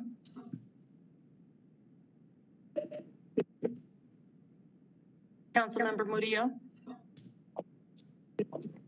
No. Councilmember Gruber? Yes. Councilmember Coombs? No. Councilmember Marcano? No, I want to hear Councilmember Coombs' comment. Mayor Pro Tem Bergen? No. Councilmember Berzins? Yes. And it's because I think we all know how we're going to vote. We can sit here and talk until midnight and nobody's going to change their mind. I think we just went through this before. Councilmember Gardner. No. The motion does not pass. Okay. Mayor Pro Tem, this is Dan. If I could point, it didn't pass. I do want to clarify, the mayor is allowed to vote on procedural motions. I don't want to confuse anybody on that. On procedural motions, the mayor may vote. The mayor may only vote on this ordinance to make or break a tie.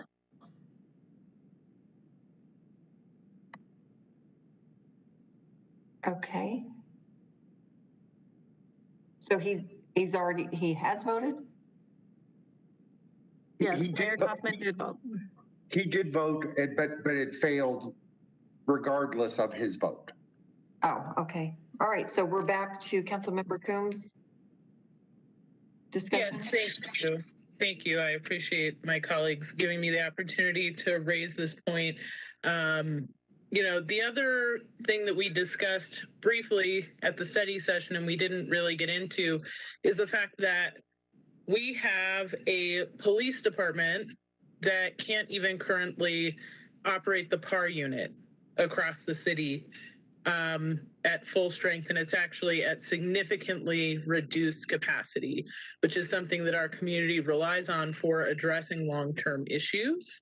And the police would be called on for each abatement to staff each of these instances where we want to clear out people from these encampments. And so I really do have a question of whether we can possibly have the staffing for that. And I would like to hear from the chief on that matter. Mayor Pro Tem, am I okay to answer that question? Oh, yes. Go ahead, Chief Wilson. Okay. Thank you, ma'am. So first of all, I just want to say to everyone that's listening, everyone that's given their opinions on this is a extremely complex issue and one that I know is quality of life issues for those that have camps within their residential areas, for the businesses that are being impacted on this issue, as well as the individuals that are living unsheltered. So first of all, I hear all of those things. As the chief of police, I have been very clear that I do not want to be a part of enforcing this ban. We are calling for police reform. We are calling for officers to not be involved in these issues, issues that I think are better served by Jessica Prosser and Lana Dalton and the outreach teams.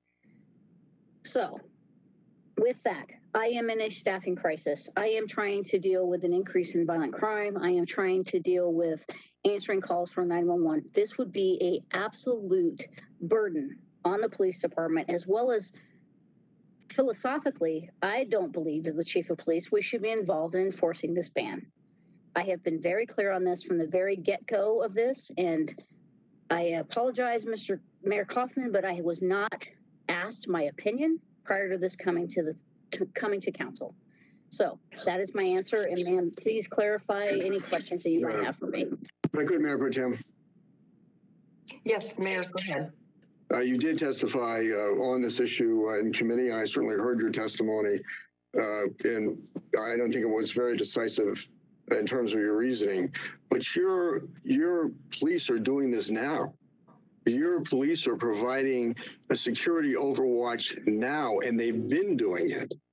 And in my opinion, sir, we should not be involved in this. And in my opinion, sir, this is not using the police in the way we should be using them. So yes, we are doing it now because we have no other options. But I think as a city, we can do better. If just point of order so that we just, the mayor was speaking, so just. Well, I think there's prosecutorial discretion that gives the flexibility to the police force to allocate resources where it's most in need. But the fact is, and let me tell you, I get a lot of complaints from neighborhoods about crime related to these encampments.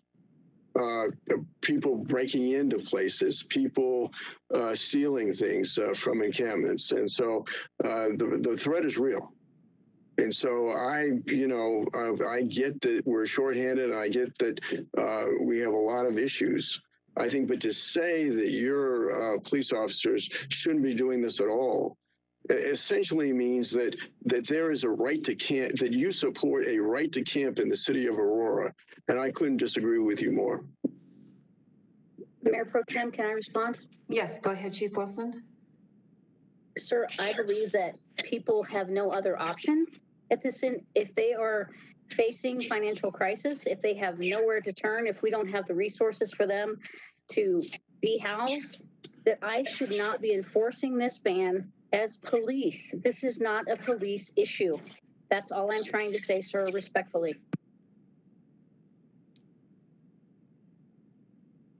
Hey, Mayor, did you want to respond? Or Well, I just obviously strongly disagree. In a very, obviously surprising direction that the chief, her vision of the city. And so the fact is that it's something that you're doing now. And I think what you're saying is that you shouldn't be engaged in something that you're currently doing. And, let me tell you this, and that's very different from, I think, the majority of where our residents are. Maybe not our political leaders, but where our residents are. Our residents are concerned about the health and safety of their neighborhoods and feel that this is really a challenge to that.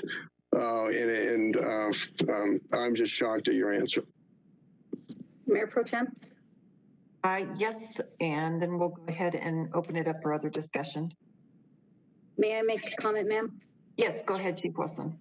Yes, ma'am. Under Senate Bill 217, my officers are facing qualified immunity, are facing being sued for taking action that is not police focused. And I think this is a short-sighted vision that is putting my officers in jeopardy. And I believe they would all agree with me. If I could, Mayor Pro Tem. Yes, go ahead, Mayor. Yeah, how many incidents have, according to the information I got from your department, there have been no incidents when your officers have been providing security overwatch where somebody who's been ordered to move has not moved. And in addition to that, this provides a designated place for them to go to. And in order for an abatement to occur, there is no provision in the current policy for when you participate, when your officers participate in these abatements, as it stands now under the status quo, they are not. There's no requirement for the city to offer them a designated place. And so, again, I think that this is fair to the homeowners and compassionate to the people experiencing homeless. And so I just strongly disagree with you. And also, I just think that for you to put the burden on, say, I would agree in part economic, but let me tell you, there's a big component here of drug and alcohol addiction. And for you to not see that is surprising. Mayor Pro Tem. Mayor, Councilmember Marcano. I was going to say, don't put that evil on me. I just want to respond to some of what I just heard here. Substance abuse is not a police issue. That is a public health crisis that we have foisted on the police to deal with. The same can be said with our unhoused population. I want to quote Dallas Police Chief David Brown here, who said that every societal failure we put on the police to solve. The police just seem to be the catch-all for crap that politicians don't want to deal with. What we are dealing with in Aurora and in this country is the consequence of decades of awful public policy around wages, around healthcare, around housing, around education. And I can go on. Policies, quite frankly, Mayor, that you dealt with when you were in Congress. So we are dealing with the crap you left us to deal with. Councilmember Marcano. We are picking up after you. Please be respectful. Mayor Pro Tem, I apologize to you. I do not apologize to the mayor. This is your mess, and we have to clean it up. Take responsibility for it, and help us clean it up. I'm hoping we're ready to do a vote because it is almost 10 o'clock and we still have business to conduct. Is there any more discussion? Mayor Pro Tem. Yes. Yes. Hi. Councilmember Murillo. Thank you. You know, I just want to acknowledge that we had our chief of police come and speak about the challenges that she's facing in her department. And we talk about people wanting to support our officers and our police department, but when they literally leadership comes to tell us about the challenges that they're facing and how a policy would have consequences. And to be clear, we haven't always seen eye to eye on that perspective, but we're literally hearing and the chief of police talk about the challenges that would give, and instead of acknowledging that she knows her department and that she knows the challenges and is capable of making that decision, we're gonna attack her position and just dismiss it as though there isn't a legitimate reason why the chief would weigh in, knowing that, you know, we could call her out for a number of reasons, right? Like I feel like she's putting herself in a precarious position to be advocating for the, you know, what she thinks is best. And again, we don't always agree, but I've also heard people who say that they are pro policing, and when we have someone here who's a subject matter expert opining on that, we're going to just dismiss that because it doesn't fit this predetermined outcome that we've already set. Okay, further discussion. Dave Gruber. Councilmember Gruber. Okay, I think we've heard enough insults tonight. I think we've heard a lot of things, frankly, I disagree with. What it's going to come down to is that we're operating under an interim authority now. At some point in time, the interim authority will expire. And we're talking about putting a law into place that will support the homeowners and support the businesses. It's not inhumane, and you know, this has been misrepresented so many different ways. It's not inhumane, and I'm not going to repeat everything again. But the bottom line is that does Aurora need a law that will allow the city to abate unauthorized homeless camps on private property and on public property? That's the fundamental question. So we're either going to vote yes or no. I guess everybody has their mind made up. But you know, if the question to the homeowners is what do you want? And you're going to see us vote now. Okay. Mayor Pro Tem. Councilmember Hills. Thank you. I don't support this. A lot of things have been said tonight. I think a lot of it's just not very genuine in the reasons for, against, whichever. But it's not just homeowners that we need to be thinking about. I know that there's been a lot of conversation and what do the homeowners want, and the mayor talks about what our residents want, and it's not just about what we want. And I was elected by people in this city, and I heard from people who don't support this. And I know there's people who do support this, but when we're talking about our reasons for voting this, I think the accusations that this is just about people's personal politics, people were elected on those personal politics. And at the end of the day, all politics is the way that you express your values. So this is just a difference in values, and it's manifesting itself in a policy. But how we talk about the people it impacts, I think says more about us and how we feel about our own residents than it does anything else. So I don't support this. I'm intrigued, but also disappointed in a lot of the discussion tonight. You know, we talk about how we don't want to put in a camping ban, but then we talk about how we're participating in the abatement of camps already. And we talk about how we don't want to have police involvement, but we have police involvement already. And so we're just kind of talking around, I think, the issue. For me, I just don't support it. The evidence isn't there. The data is not there. That's something I ran on. It's something that I've talked about since before I was on council. That was my profession, is evidence-based policymaking. That's important to me. And it's just not there for this. But we do have a serious problem that we're facing, and it's multi-pronged, and there's a lot of different ways that we need to go about addressing it. I hope we start talking about some of these more creative solutions, and I am certainly not the expert on those, so rely on people who do this for a living. But I just kind of wanted to bring it back to what we're actually talking about, because I think we keep veering off into how we're only representing certain portions of our constituency.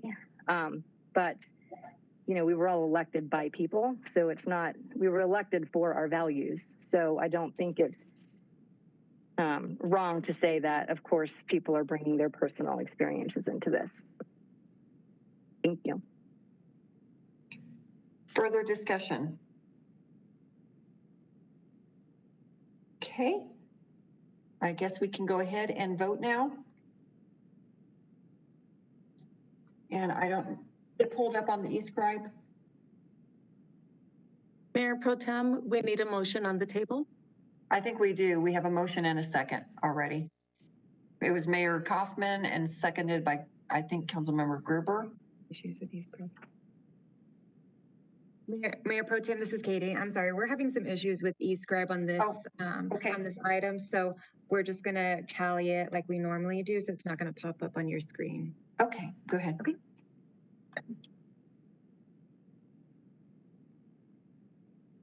Councilmember Lawson? No. Councilmember Hiltz? No. Councilmember Murillo? No.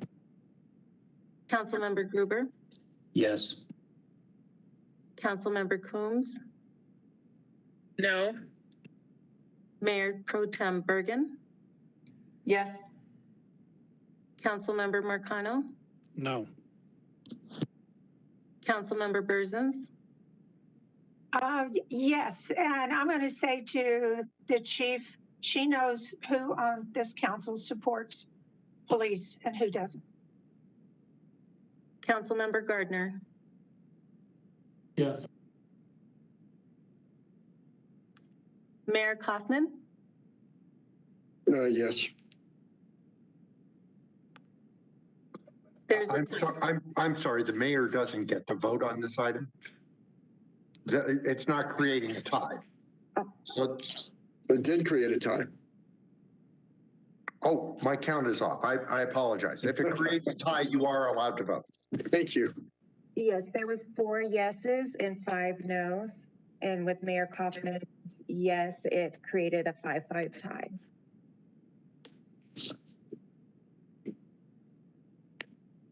Would the clerk please read the title of item number 14B? Item 14B, 2021-30 for an ordinance of the City Council of the City of Aurora, Colorado, amending section 54-31 of the City Code pertaining to electors eligible to hold municipal office. And there is a caller on the line. Presentation, and then we'll go to the caller. Good evening, Mayor and members of City Council. The ordinance before you is an amendment to the current Aurora Municipal Code. The code section is setting forth the requirements for a registered elector who is eligible to run for municipal office. And this ordinance proposes to amend it to align it with the Colorado Constitution. We also have with us tonight outside counsel on this particular issue, Jerry Dahl. And Jerry is an expert in local elections and is available to add to this presentation and answer questions. And then we'll go to council for questions. All right. Hope everyone can hear me. This is Jerry Dahl. Audible? Yes, we can hear you. Great. We can hear you. We can see you, Jerry. Thank you. Terrific. Thanks. Thanks, Rachel, for that. And council, you have seen this at study session, so you're familiar with it. And I'll make my presentation shorter than it was last time because you are aware of the issues involved. As Rachel has said, this ordinance amends the code to conform it to the Colorado Constitution on the subject of eligibility to hold public elected office in the city. Your present code section, which is the one being amended, has 5 requirements for eligibility for office, and only one of those requirements is at issue here, and that's the no felony conviction requirement. There's 2 sections of the Colorado Constitution that bear on this question. One section of the Constitution is explicit in restoring the rights of citizens to their citizenship rights when their term of incarceration, if they have been incarcerated, is served. Now, one of those rights that's restored, of course, is the right to run for and hold public office, called really in the Constitution a right of an office of public trust.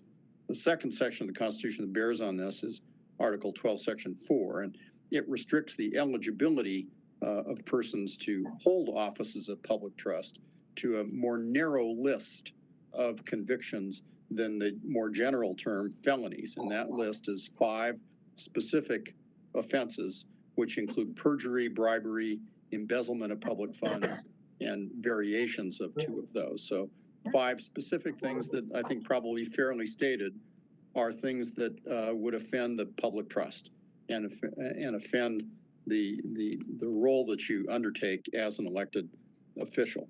So the ordinance, what the ordinance does, as you're well aware, is it replaces the word felony in the city code with that constitutional list of 5 specific public trust violations.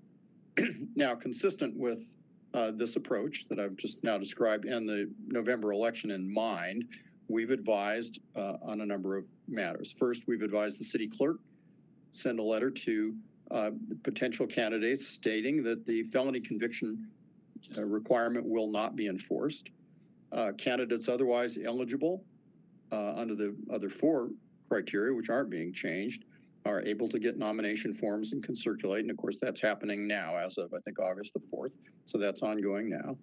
We've advised the court in the pending lawsuit that brought this to our attention that we would be doing this, that we would be recommending this particular ordinance, that we would be recommending that the city clerk send that letter as she has done.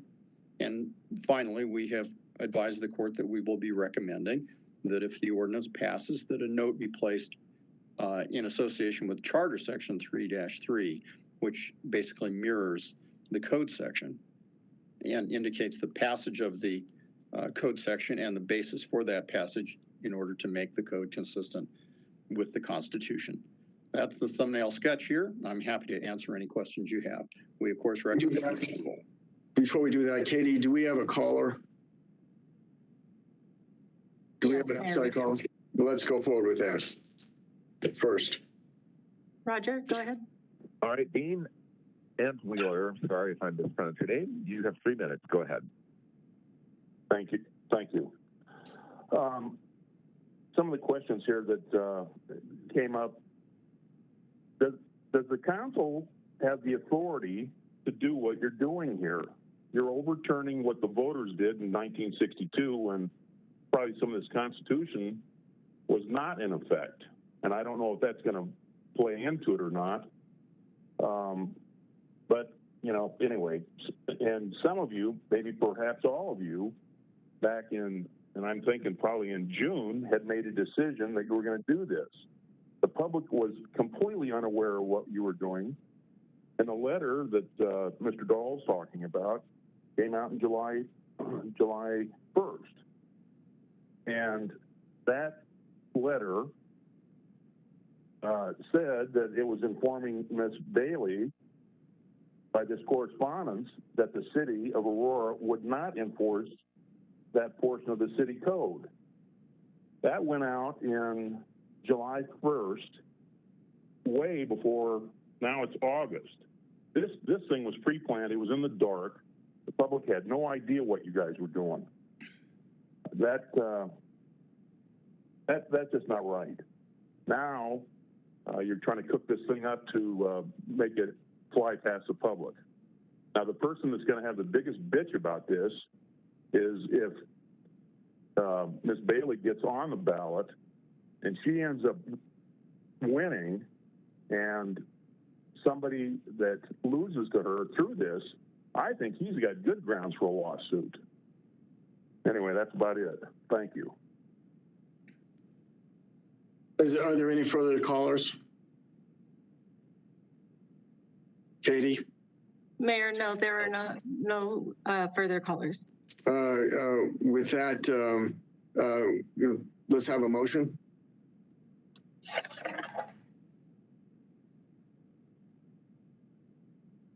Motion.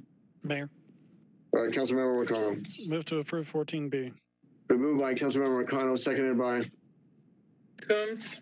Seconded by Councilmember Coombs to approve item number 14B. Discussion and questions of outside counsel or staff?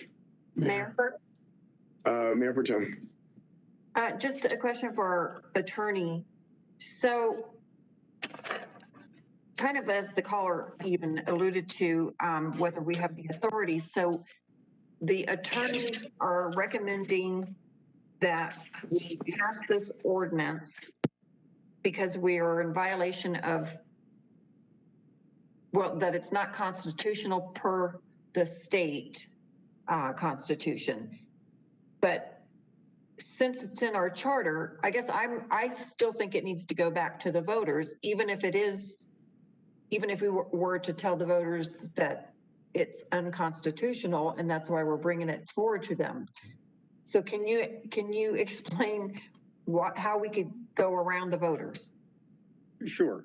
What we have is both a code section and a charter section that are inconsistent with the Colorado Constitution, and that we have advised the city that they are. And so, like many other things in life, it's a process, not an event, and you've got several things to be done to bring the city's regulatory scheme into compliance with the Colorado Constitution.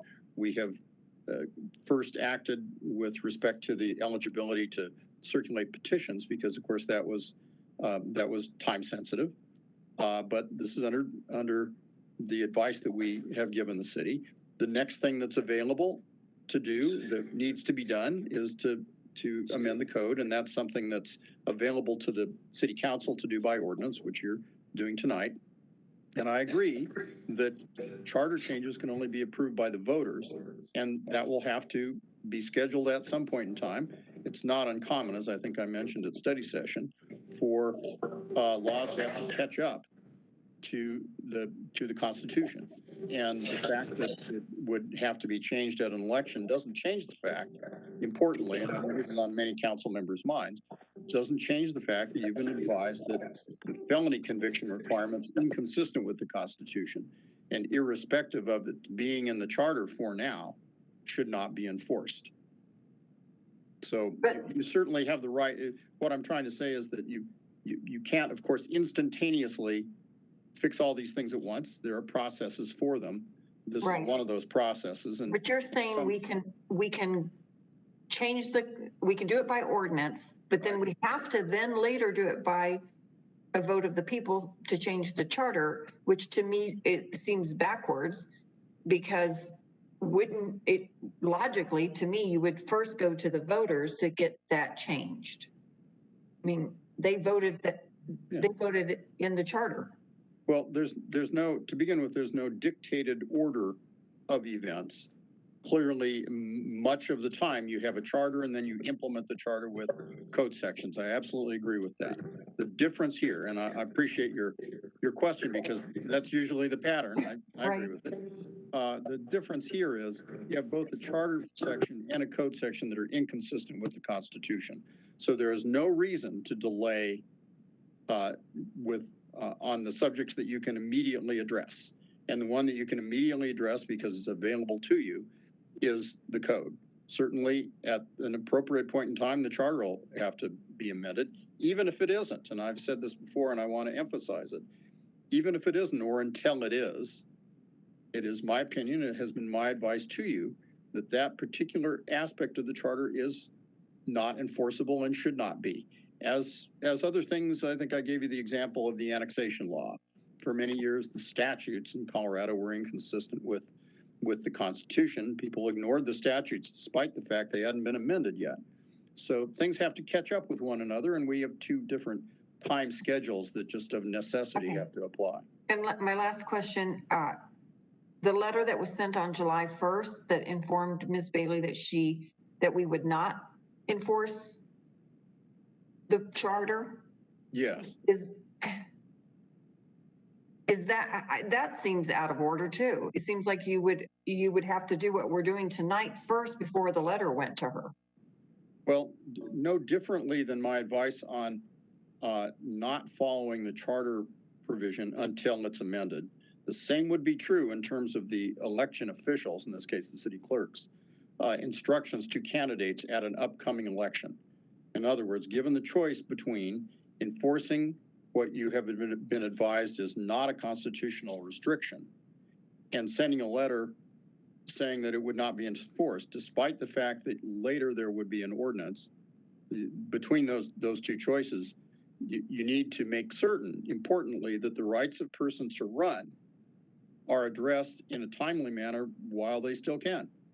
And obviously the nomination period for this particular election is ongoing now and will close before this ordinance is complete. So there's a timing issue there that had to be addressed. Right, but the timing issue wasn't the council's fault. I mean, the timing issue could have been solved with a petition earlier in the year to be able to run.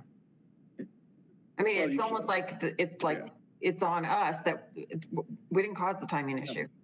Okay, well, that's fine. I appreciate that frustration. Obviously, we all, I think, would have appreciated having this brought to our attention a year ago. And then you'd have lots of time. The petition schedule, of course, is August 4th through 24th. So that's another limitation. Mayor. Councilmember Carter. Mr. Dahl, can you explain why it is that as a home rule city, we can't make or have a charter item that violates the Constitution, why we don't supersede that even as a home rule city? I appreciate the question because, as was discussed at study session, most of the time, a home rule city operating under Article 20 of the Constitution is allowed to make its own rules on matters that are considered local and municipal. However, what even a home rule city can't do is enact measures, or in this case, enforce measures that are inconsistent with other provisions of the Constitution that, in my opinion, and as we have advised you, control. And here, it was important for me, I think I answered Councilmember Gruber's question with this last time. If the legislature tomorrow tried to enact a law that imposed a felony conviction requirement on running for the legislature, they wouldn't be able to do that. And therefore, the home rule city's authority can't be in excess of what the legislature's authority would be. And the home rule case law is very clear that home rule cities have all the powers that the legislature could have. But that doesn't mean they have more power or more authority than the legislature. The legislature clearly could not enact such a restriction. And because of this, the constitutional restriction here controls over the city's otherwise pretty broad home rule authority. So then would it be your opinion that if we were to keep this provision, we would be violating the state constitution, which is in our oath that we will uphold?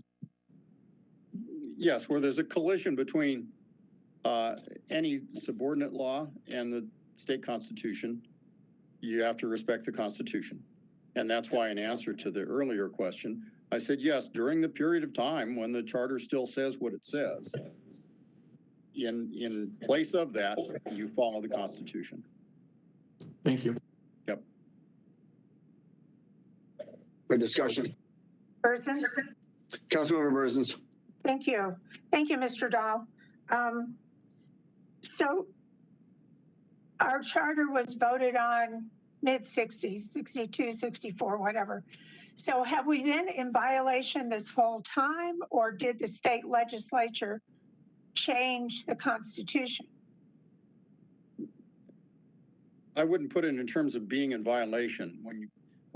I'd say it's been inconsistent with the Constitution. What really sort of counts is how's it been enforced on individual candidates, individual persons wishing to run for office. And I think we probably all recognize that I won't say it's a rare thing, but it's not particularly common for candidates to have a felony conviction. It may well not have come up. I don't know if it has. Even if it has, I would say that doesn't change what the advice you're getting now and what I believe the city's obligation is to move forward to correct what's on the books. Okay, yes, it has. To answer your question, yes, it has come up before. But you didn't answer my question. Has the state constitution been changed?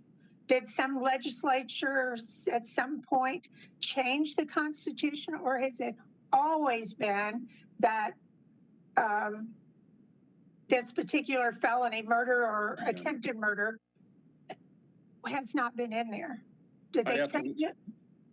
Fair question. I don't have the book right here to get the source notes, but my strong impression is that these two particular constitutional sections that I've described are of long standing in the state constitution, along with, for example, the equal treatment under law, the equal rights, the section of the Constitution which bears on this, are of long standing. And I recognize that the city's charter may have been adopted after, but my advice stands that when you become aware of an inconsistency with the Constitution, you have an obligation to address it. It's what the city's doing now. Thank you. Yep. Mayor? Further questions, Councilmember Coombs. Yeah, so I just wanted to clarify, since it was brought up, the claim that the felony under question in this case is murder or attempted murder. That is false. It was second-degree assault. So we need to be very clear that we're not going around calling people murderers just because that's apparently the view we have of them. And even if so, it sounds like the advice we're receiving is that also that would not preclude someone from running per the state constitution. But we need to not be making these kinds of implications, y'all, that are clearly false. Further questions or discussion? Oh. Mayor Dave Gruber. Councilmember Gruber. So, yeah, I think we're talking second degree assault, but only because the bullet that was fired at the other person missed. If it hadn't missed, then I think we'd be having a different discussion.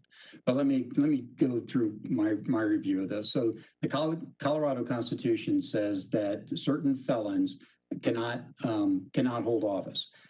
So some crimes are so egregious that the jail time does not wash the stain away. And you mentioned those, but apparently crimes like sex abuse, attempted murder, and others that are felonies that would cause people to go to jail are not included in that list. So some felonies are regardless of jail time, will permanently prohibit someone from going to jail. The second thing is that state legislature typically creates laws where the cities can make things harder, but they can't relax it. You know, I mean, just this last session, we've seen laws come out with oil and gas and on gun ownership, where the legislature said that they wanted to, they created a law and they said, cities, you're allowed to modify this, but you're not allowed to make it less than what we did. So it's really not a modification. And it's similar to what we're talking about here, because our charter says that in addition to the felonies that the state mandated that can't run, that the city, based on what the advice that you're given, is saying that we cannot impose additional requirements on felons for running for office. So I understand all of that. I guess my main point, though, is that as far as I understand, there's only two groups that can or two organizations that can change the charter, and that's the voters and the judges. Council is specifically prohibited. So if we vote for this ordinance, council will be directly voting against our charter, and creating that dilemma. And I understand your discussion about the process.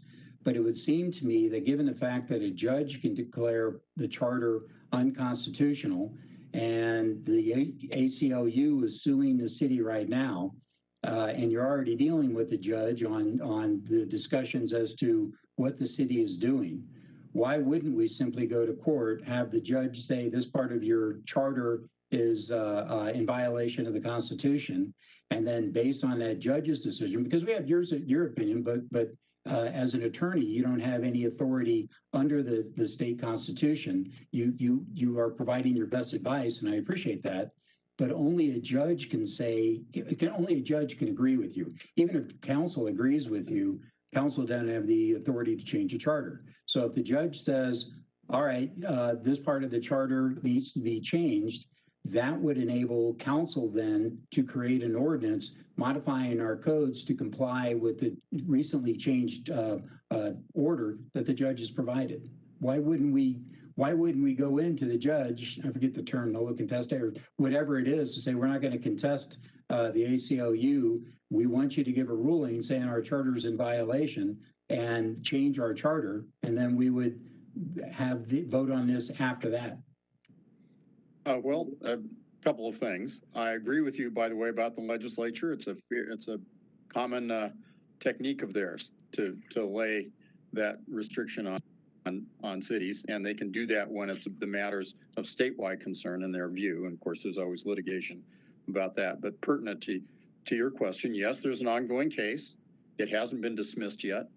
The city has filed a motion to dismiss based upon the work that we have done so far. Judge hasn't ruled. It's possible the judge still could. You're right that a judge can declare a constitutional provision or a charter provision unconstitutional, and then it really essentially doesn't have to get amended necessarily until you're doing a cleanup. Once you have a case decision that is applicable, it just isn't applied. Until that happens, though, you have a charter provision that is inconsistent with the Constitution, and it's incumbent upon me to tell you that, and to give the city the tools that it can use to make such changes as are within your power. I agree with you. The council can't change the charter. It has, of course, the authority to refer a charter amendment or to receive a petition from the citizens to change the charter. It may well be that as this case proceeds, we'll get an order. But meanwhile, the subject in front of us is what can we be doing with respect to the code? Irrespective of what the judge does, eventually you'll want the code to be changed. And the eventually, in my opinion, is now. You do as much as you can when it's available to you. But if I may just follow up, but the bottom line tonight is that we will be voting on a code modification that specifically violates our charter as written. You'll be voting on a code modification that brings the code into conformance with the state constitution. And we're, in my opinion, you have a choice between acting to bring the code into conformance with the state constitution or leaving it out of compliance with the Constitution. You take door number one, and that's what we've advised. But and again, the issue is that as an attorney and as our attorney, I appreciate your advice, but only a judge can say what's in conformance and what's not in conformance. That's true. I can give you advice, but the judges get appointed to make the final decision. Thank you, Mayor. Yep. Mayor. Further questions or comments? Mayor, Councilmember Hiltz. Councilmember Hiltz. While I appreciate the attention to how this code would lead to a charter violation and the concern around that, the very people that are talking this week about not wanting to violate the charter via code voted to violate the charter via code a couple of weeks ago, only they did so without having a state constitution violation that superseded what they were voting on. So I just, for the public that's listening, just to not forget that 2 weeks ago and 3 weeks ago and 6 weeks ago, a lot of these same people were voting to violate the charter. through a code, through an ordinance that came forward. in this exact same manner. So we can tiptoe around it and we can talk about how this is about upholding our integrity as lawmakers and making sure we're protecting the integrity of the charter. But none of that's true because most of the people on the council voted to do that 2, 4, 5, 6 weeks ago. So my colleagues can belabor that point about not wanting to violate the charter, but it is the very definition of disingenuous. This is a violation of the state constitution. The state constitution supersedes our city charter. And I think that's been made pretty clear. That is not something that was provided in those previous votes. So I just, want to be realistic about what it is that we're talking about this week versus what we were talking about 2 weeks ago and how this is not all that different, with the exception that this is a violation of the state charter. Thank you. Further discussion? Seeing no further discussion, the question before us is the adoption of item number 14B. Will the clerk please call the roll? Councilmember Berzins? No. Councilmember Lawson? Yes. Councilmember Gardner? Yes. Councilmember Murillo? Yeah. Councilmember Coombs? Yes. Councilmember Marcano? Yes. Councilmember Gruber? No. Mayor Pro Tem Bergen?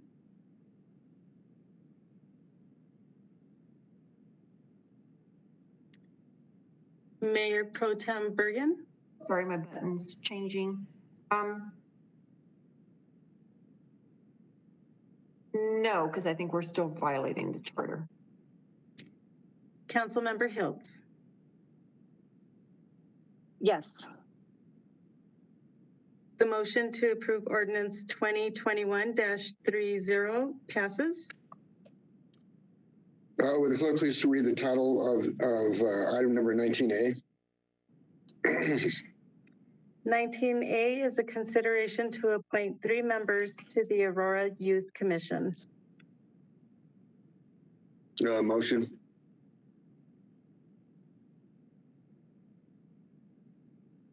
Mayor. Councilmember McConnell. Thank you, sir. Move to appoint Monica Acosta, Ashley Trails, and Anvit Sidhu to the Aurora Youth Commission. Is there a second? Second. That's been moved by Councilmember McConnell, second by Councilmember Coombs. Discussion? Seeing none, would the clerk please call the roll on the adoption of item number 19A? Mayor Kaufman? Yes. Councilmember Berzins? Yes. Mayor Pro Tem Bergen? Yes. Councilmember Coombs? Yes. Councilmember Lawson? Yes. Councilmember Hilt? Yes. Yes. Councilmember Murillo? Yes. Councilmember Marcano? Yes. Councilmember Gardner? Yes. Councilmember Gruber? Yes. The motion passes to appoint 3 members to the Aurora Youth Commission. Reports. Report by the mayor. Is my understanding that there is that the mayor and any member of council must wait 6 months before reintroducing an ordinance once it fails, and I will be reintroducing the camping ban in 6 months' time. Council member Lawson.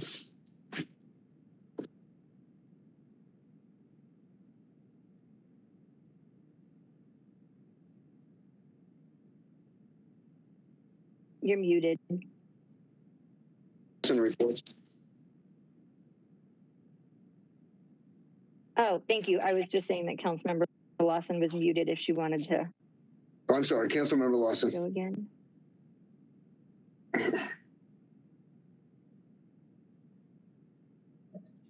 Mayor, I don't see Councilmember Lawson. Yeah, I don't either. Councilmember Hills. Oh, okay. Well, thank you.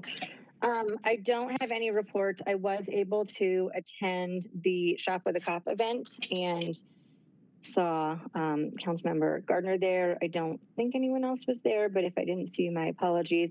Always a great event. Missed the last couple of ones, obviously, with with COVID and also maternity leave. So excited to be able to go back. It's a really great event. So thank you to them for doing that. Thank you. No other report though. Thanks. Councilmember Gruber. No report. No.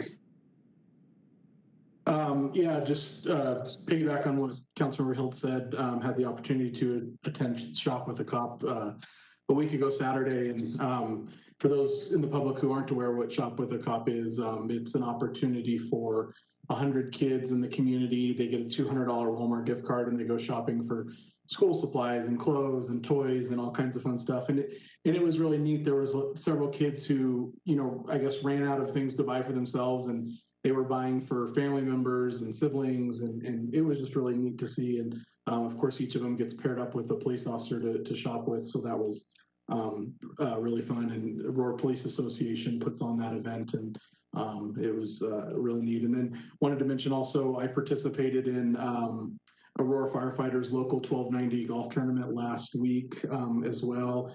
And there were lots and lots of firefighters there that were out for that, and just a good opportunity for them to relax and enjoy themselves a little bit. And it was a good time had by all. So that's it for me.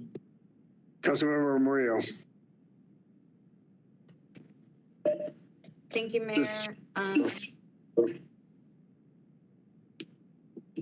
I have my August town hall on Thursday, August 26th. The hope is that we'll be in person. That's been the plan. With some of the, just increase in the Delta variant cases, we're reserve the right to make adjustments as necessary. The last thing I want to do is put people at risk if there is a, high occurrence of cases. So just want to let you all know that we're going to do our best to hopefully convene in person, but we might need to change last minute, just depending on what our Tri-County Health Department guidance looks like, national guidance, and just kind of how people are feeling. So either way, I invite you to join either virtually or in person. Thank you. Sorry, Councilmember Lawson. Sorry, Councilmember Lawson said that her power flickered and she's logging. Councilmember Rosens. Thank you. First of all, I want to thank everybody that came to our picnic in July. It was a fantastic event, standing room only at one point. It was nice to see everybody, and everybody seemed to be thrilled to come out and mingle again with their friends. I want to thank our Aurora Police and our Aurora firefighters and Falck Ambulance Service for coming and having their vehicles there for people to look through. People love to do that, to see what they do and what they drive. So I want to thank you for that. We will have no meeting in August. We're going to take August off. But in September, the second Wednesday in September the 8th, we're going to have a candidate forum at the city library at the regular time, 6:30 to 8. So please get there early. We will start promptly on time. So we do have 5 at large and our 2 Ward 3 candidates. So please come to that September 8th at the library. And, we hope the COVID doesn't come back. So we're planning on it. Rooms reserved and we're ready to go. So I'll see you in September at the candidate forum at the library. Thanks. Councilmember Marcano. Thank you, sir. So our next Ward 4 meeting is going to be on Wednesday, August 11th at 6:30 p.m. We're going to be in person at the 5-Star Residences at Dayton Place, which is located at 1950 South Dayton Street, Aurora 80247. We're going to be joined by Greg Baker and Marshall Brown to discuss all things water, our supply, our conservation efforts, and how that impacts development in the city of Aurora. Please bring your mask and mind the facility's rules around masks and vaccinations. And this is all subject to change, of course, if Tri-County issues a public health order, but I hope to see you all there. And we're going to also pilot a Facebook Live option so that folks can still participate digitally as well. So that's all. Have a great night, everyone.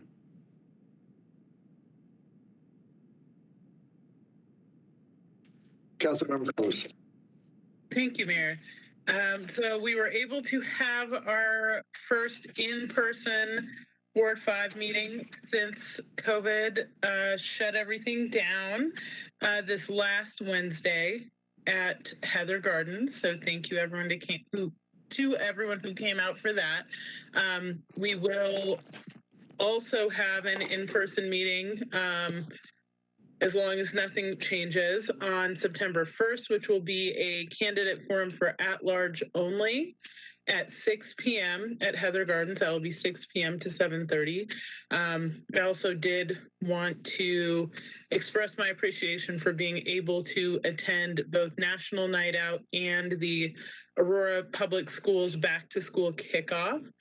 Both of those were excellent events, and it was great to see folks from the community. And of course, this last Saturday was Aurora Pride, and it was a success despite the air quality issues. Folks were still outside enjoying themselves, playing beach volleyball, listening to music, watching performances, dancing, and getting to know each other. And it was just wonderful to have that environment within our city where everyone could feel welcome, where it was inclusive for all. So thank you to the Aurora Pride Board, and thank you to Councilmember Bergen. I know, or Mayor Pro Tem Bergen, I know you're out of town, but thank you for all of your work on the board and all of your support for Aurora Pride.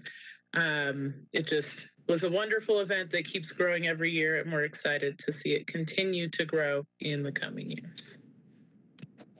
Mayor Pro Tem.